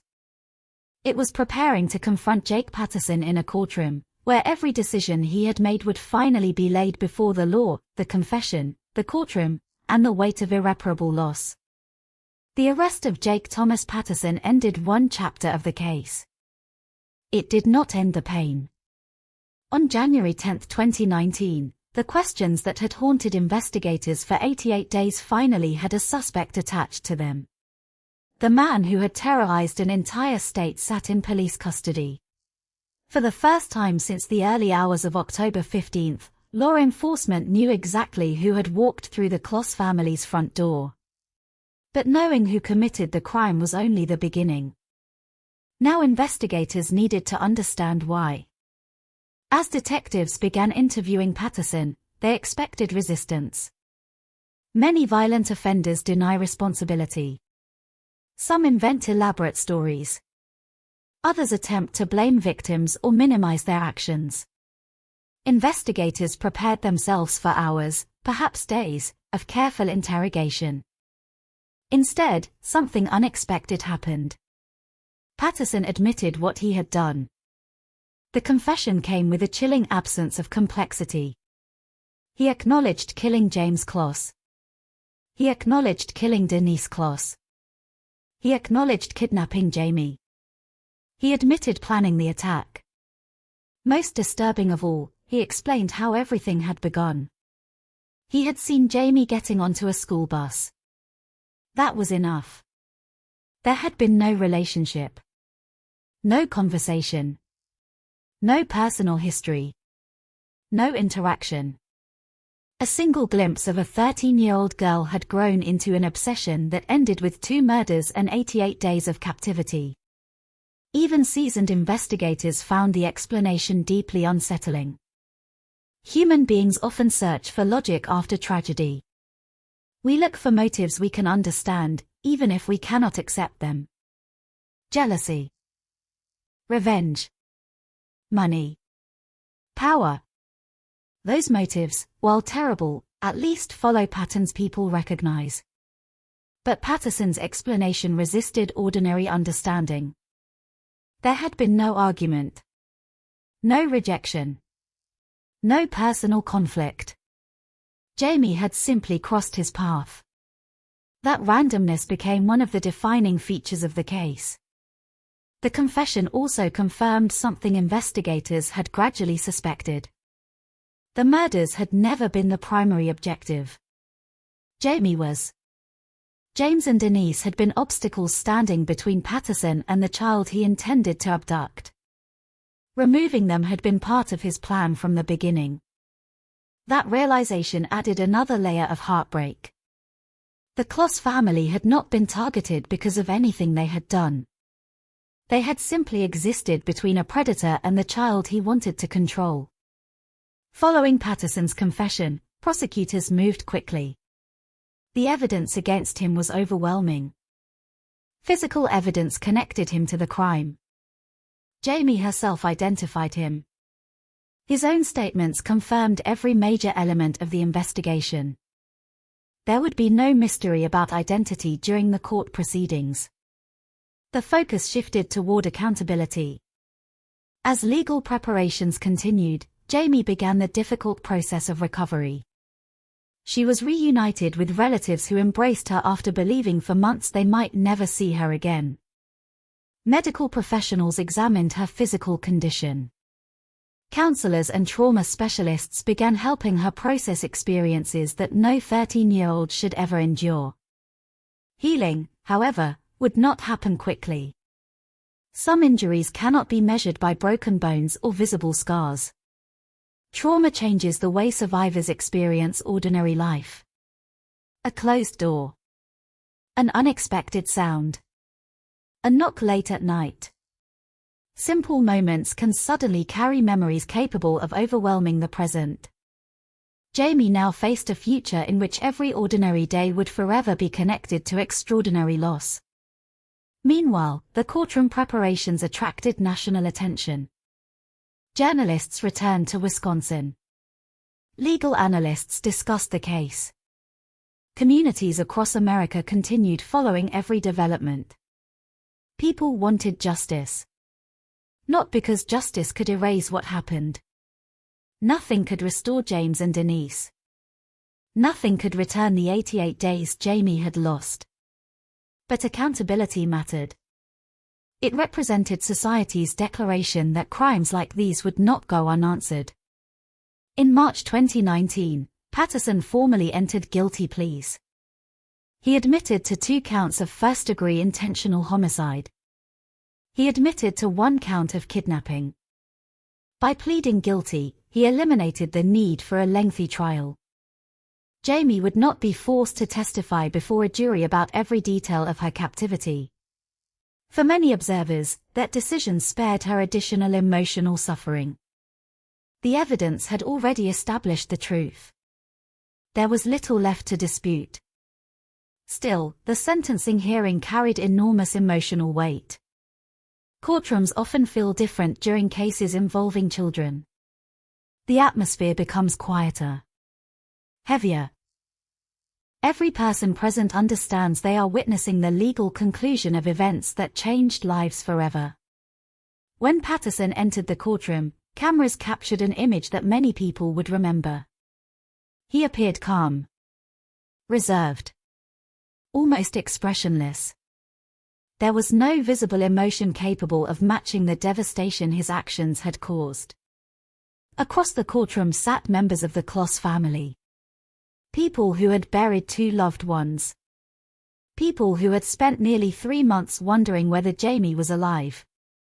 People whose lives had been permanently divided into before and after. Victim impact statements became some of the most powerful moments of the proceedings. Family members spoke not only about death, but about absence. The empty chairs during holidays. The birthdays that would never again include James and Denise. The everyday conversation stolen forever. Violent crime creates losses that extend far beyond the moment itself. It changes future memories before they even happen. Every celebration becomes incomplete. Every family gathering carries silence where voices once existed. Jamie herself chose not to appear in court. Instead, her attorney read a statement on her behalf. The words reflected remarkable strength. She acknowledged that Patterson believed he had controlled her. He believed he owned her. He believed he had broken her spirit. But she rejected that belief completely. She declared that he could never take away who she truly was. Those listening inside the courtroom recognized something extraordinary.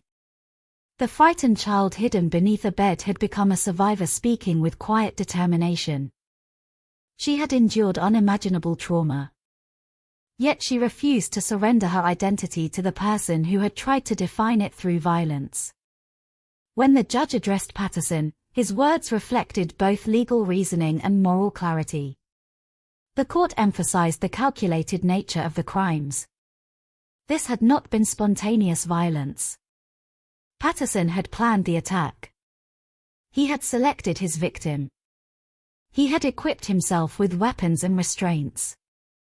He had murdered two innocent people to accomplish his objective.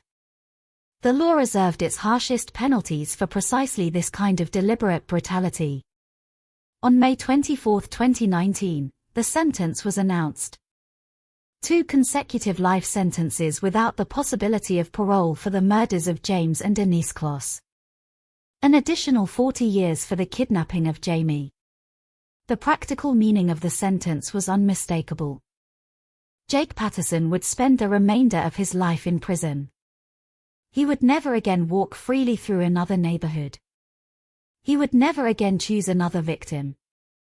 He would never again threaten another family in the way he had threatened the Kloss family. For many people following the case, the sentence brought relief. Not satisfaction. Relief. There is an important difference. Satisfaction suggests something has been made right. Nothing about this case could ever be made right. Justice can punish the offender. It cannot restore what violence destroyed. Outside the courthouse, reporters gathered once again. Officials spoke briefly. The legal process had ended. The long process of healing had not. Psychologists often explain that surviving violent crime involves learning to live with memories rather than eliminating them. There is no point where trauma simply disappears. Instead, survivors slowly build lives around experiences they never chose. For Jamie, adolescence would now unfold under circumstances unlike those of her classmates. While others worried about ordinary teenage challenges, she carried memories of captivity, loss, and extraordinary courage. Yet those who worked with her consistently described remarkable resilience. She focused on rebuilding rather than remaining defined solely by tragedy. The Kloss case also prompted broader discussions within law enforcement. Investigators studied the unusual nature of the crime. Unlike many abduction cases, Patterson had almost no prior connection to his victim. The randomness challenged traditional investigative assumptions. Behavioral analysts examined how stranger-targeted crimes could develop so rapidly. Police agencies reviewed investigative procedures, hoping future cases might be solved even faster. The case became part of professional training for investigators studying child abductions and offender behavior. Its lessons extended far beyond Wisconsin. For the public, however, another lesson remained even more powerful. The investigation succeeded because a young girl refused to surrender hope. She endured. She observed. She waited. Then she acted. The courtroom had delivered legal justice. But the deeper story was never only about punishment. It was about courage surviving in the presence of unimaginable fear. It was about a child whose strength proved greater than the plans of the man who believed he could control every outcome. The judge's sentence closed the criminal case. History, however, would remember something beyond the legal record. It would remember the name Jamie Kloss not simply as a victim, but as a survivor whose determination transformed one of America's most heartbreaking child abduction cases into a story of extraordinary resilience, learning to live after survival. Justice has a way of creating the illusion of an ending. The courtroom doors close. The cameras slowly disappear. The headlines become less frequent. The public turns its attention toward the next tragedy. To the outside world, a case appears complete. The offender has been sentenced. The investigation is over. The story has reached its conclusion. But for survivors, justice is rarely the end. It is only the beginning of a very different journey. When Jake Patterson received 2 consecutive life sentences plus an additional 40 years for kidnapping, the legal system had done everything it could. The man responsible for destroying the Kloss family would never walk free again. He would spend the rest of his life behind prison walls. Yet no judge possessed the power to restore what had been taken. No sentence could bring James Kloss back to the dinner table. No verdict could allow Denise to hug her daughter again. No courtroom could erase 88 days of captivity from Jamie's memory. The law had answered one question. Who was responsible? It could never answer another. How does a 13-year-old begin life again after losing everything she once believed was permanent? In the days immediately following her rescue, Jamie entered a world that felt both familiar and completely unfamiliar. She was finally free. She no longer feared the sound of Patterson's footsteps approaching the bedroom. She no longer had to hide beneath a bed while strangers unknowingly stood only a few feet away. She no longer waited in silence, wondering whether tomorrow would ever arrive. Freedom, however, did not instantly feel normal. Trauma rarely works that way. People often imagine that rescue marks the moment fear disappears. Psychologists who work with survivors know the opposite is usually true. The body may leave captivity long before the mind understands it is safe. A closing door can trigger panic. Unexpected footsteps can awaken memories. The sound of a vehicle slowing outside a house can suddenly transport someone back into the worst night of their life. Safety becomes something that must be learned again. Jamie was only 13 years old. Most children her age worried about school assignments, birthday parties, sports, or what they wanted for Christmas. Instead, Jamie faced questions that no child should ever have to answer. How do you sleep peacefully after watching your parents die? How do you trust strangers again? How do you walk through the front door of any house without remembering the one you lost? Healing would not happen in weeks. It would not happen in months. Recovery would become a process measured not by calendars but by countless small victories. The first night of uninterrupted sleep. The first time laughter returned naturally. The first moment outside without fear. Each ordinary experience became extraordinary because it represented something violence had tried to steal. Following her rescue, Jamie moved in with relatives.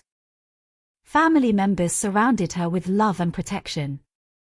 They understood that she needed stability more than anything else. Not attention. Not publicity. Not constant reminders of the tragedy. She needed a place where she could simply exist without cameras waiting outside every door. The relatives who welcomed her understood that they could never replace James and Denise. No one could. Their role was not to erase the past.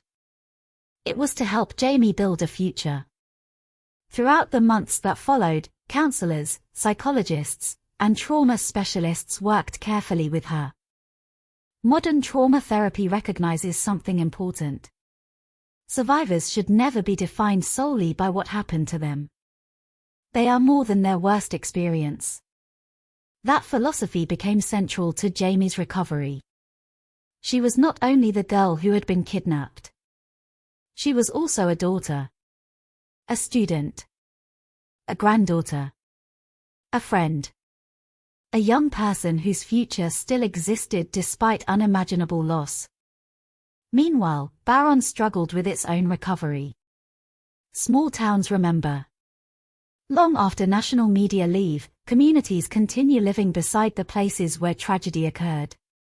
People still drive past familiar roads. They still recognize houses. They still remember names.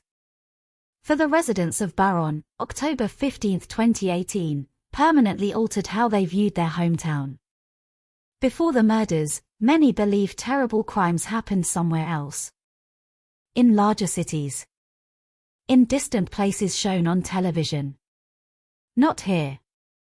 Not among neighbors. The Kloss case shattered that belief. Parents became more cautious. Children were reminded to remain alert. Doors that had once been left unlocked were now secured every night. People became more aware of strangers driving through quiet neighborhoods. The attack had stolen more than 2 lives. It had taken away a sense of certainty.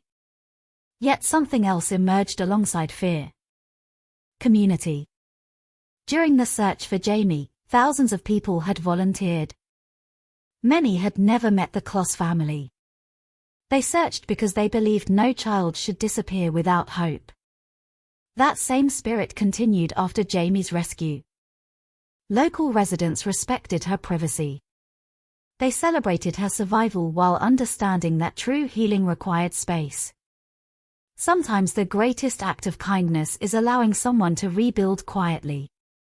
Law enforcement officers also carried lasting memories from the investigation. Many later acknowledged that the case affected them personally. Police officers often learn to separate emotion from responsibility. Professionalism requires clear thinking. Evidence. Procedure. Facts. But cases involving children are different. Many investigators had children close to Jamie's age. Some admitted privately that they imagined their own families every time they looked at her school photograph. The successful rescue became one of the proudest moments of their careers. Not because they had solved a famous case. Because a child had survived. Sheriff Chris Fitzgerald frequently spoke about Jamie's courage after the investigation concluded. Throughout the search, officers had hoped she was alive.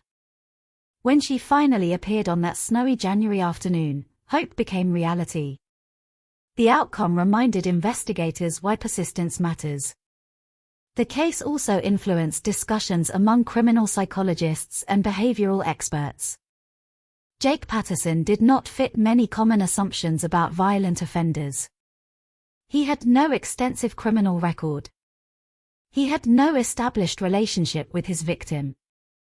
His decision developed from a brief encounter that most people would have considered meaningless. Researchers examined the case closely, hoping to better understand how seemingly ordinary individuals could suddenly commit acts of extraordinary violence. There were no simple answers. Perhaps that uncertainty remains one of the most frightening aspects of the case. Sometimes evil announces itself gradually.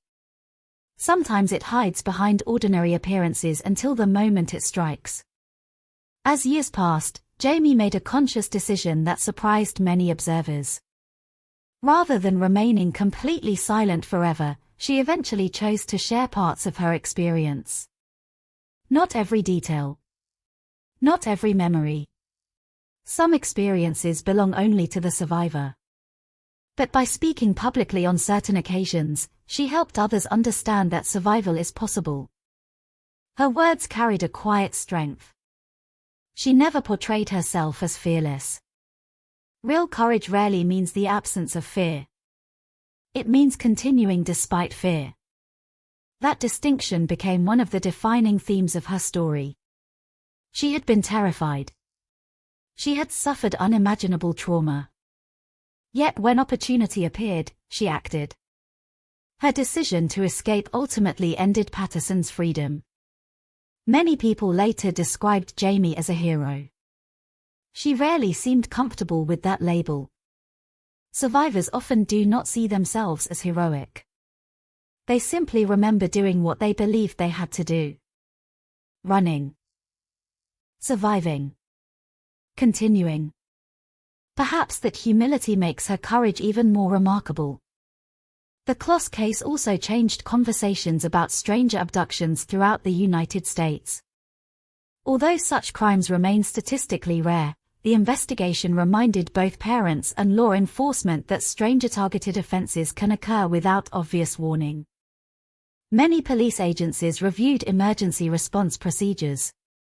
Behavioral analysts studied the investigation. Training programs incorporated lessons learned from the case. Each improvement carried the same hope: that future children might someday be found even sooner. For the Kloss family, however, history would always remain divided into two chapters. Before October 15th. After October 15th. Before, there had been ordinary mornings. Family dinners. Holiday traditions. Simple routines. Afterward, every celebration carried absence. Every birthday remembered those who were missing. Every Christmas included empty chairs. Grief never truly disappears. It changes shape. It becomes quieter. Less visible. But it remains. People often ask survivors whether they eventually return to normal. Perhaps that question misunderstands recovery. After trauma, there is rarely a return. Instead, there is reconstruction. A new life built around experiences that cannot be undone. Jamie's future would never resemble the future she expected before the attack. Yet that did not mean hope disappeared. Human resilience has always possessed a remarkable quality. Even after devastating loss, people continue loving. Continue dreaming. Continue building lives worth living. Not because they forget. Because they refuse to allow violence to have the final word. Years after the rescue, the name Jamie Kloss no longer represented only one of America's most heartbreaking child abduction cases. It came to symbolize something else. The extraordinary strength hidden inside an ordinary 13-year-old girl. A child who endured 88 days of fear without surrendering hope.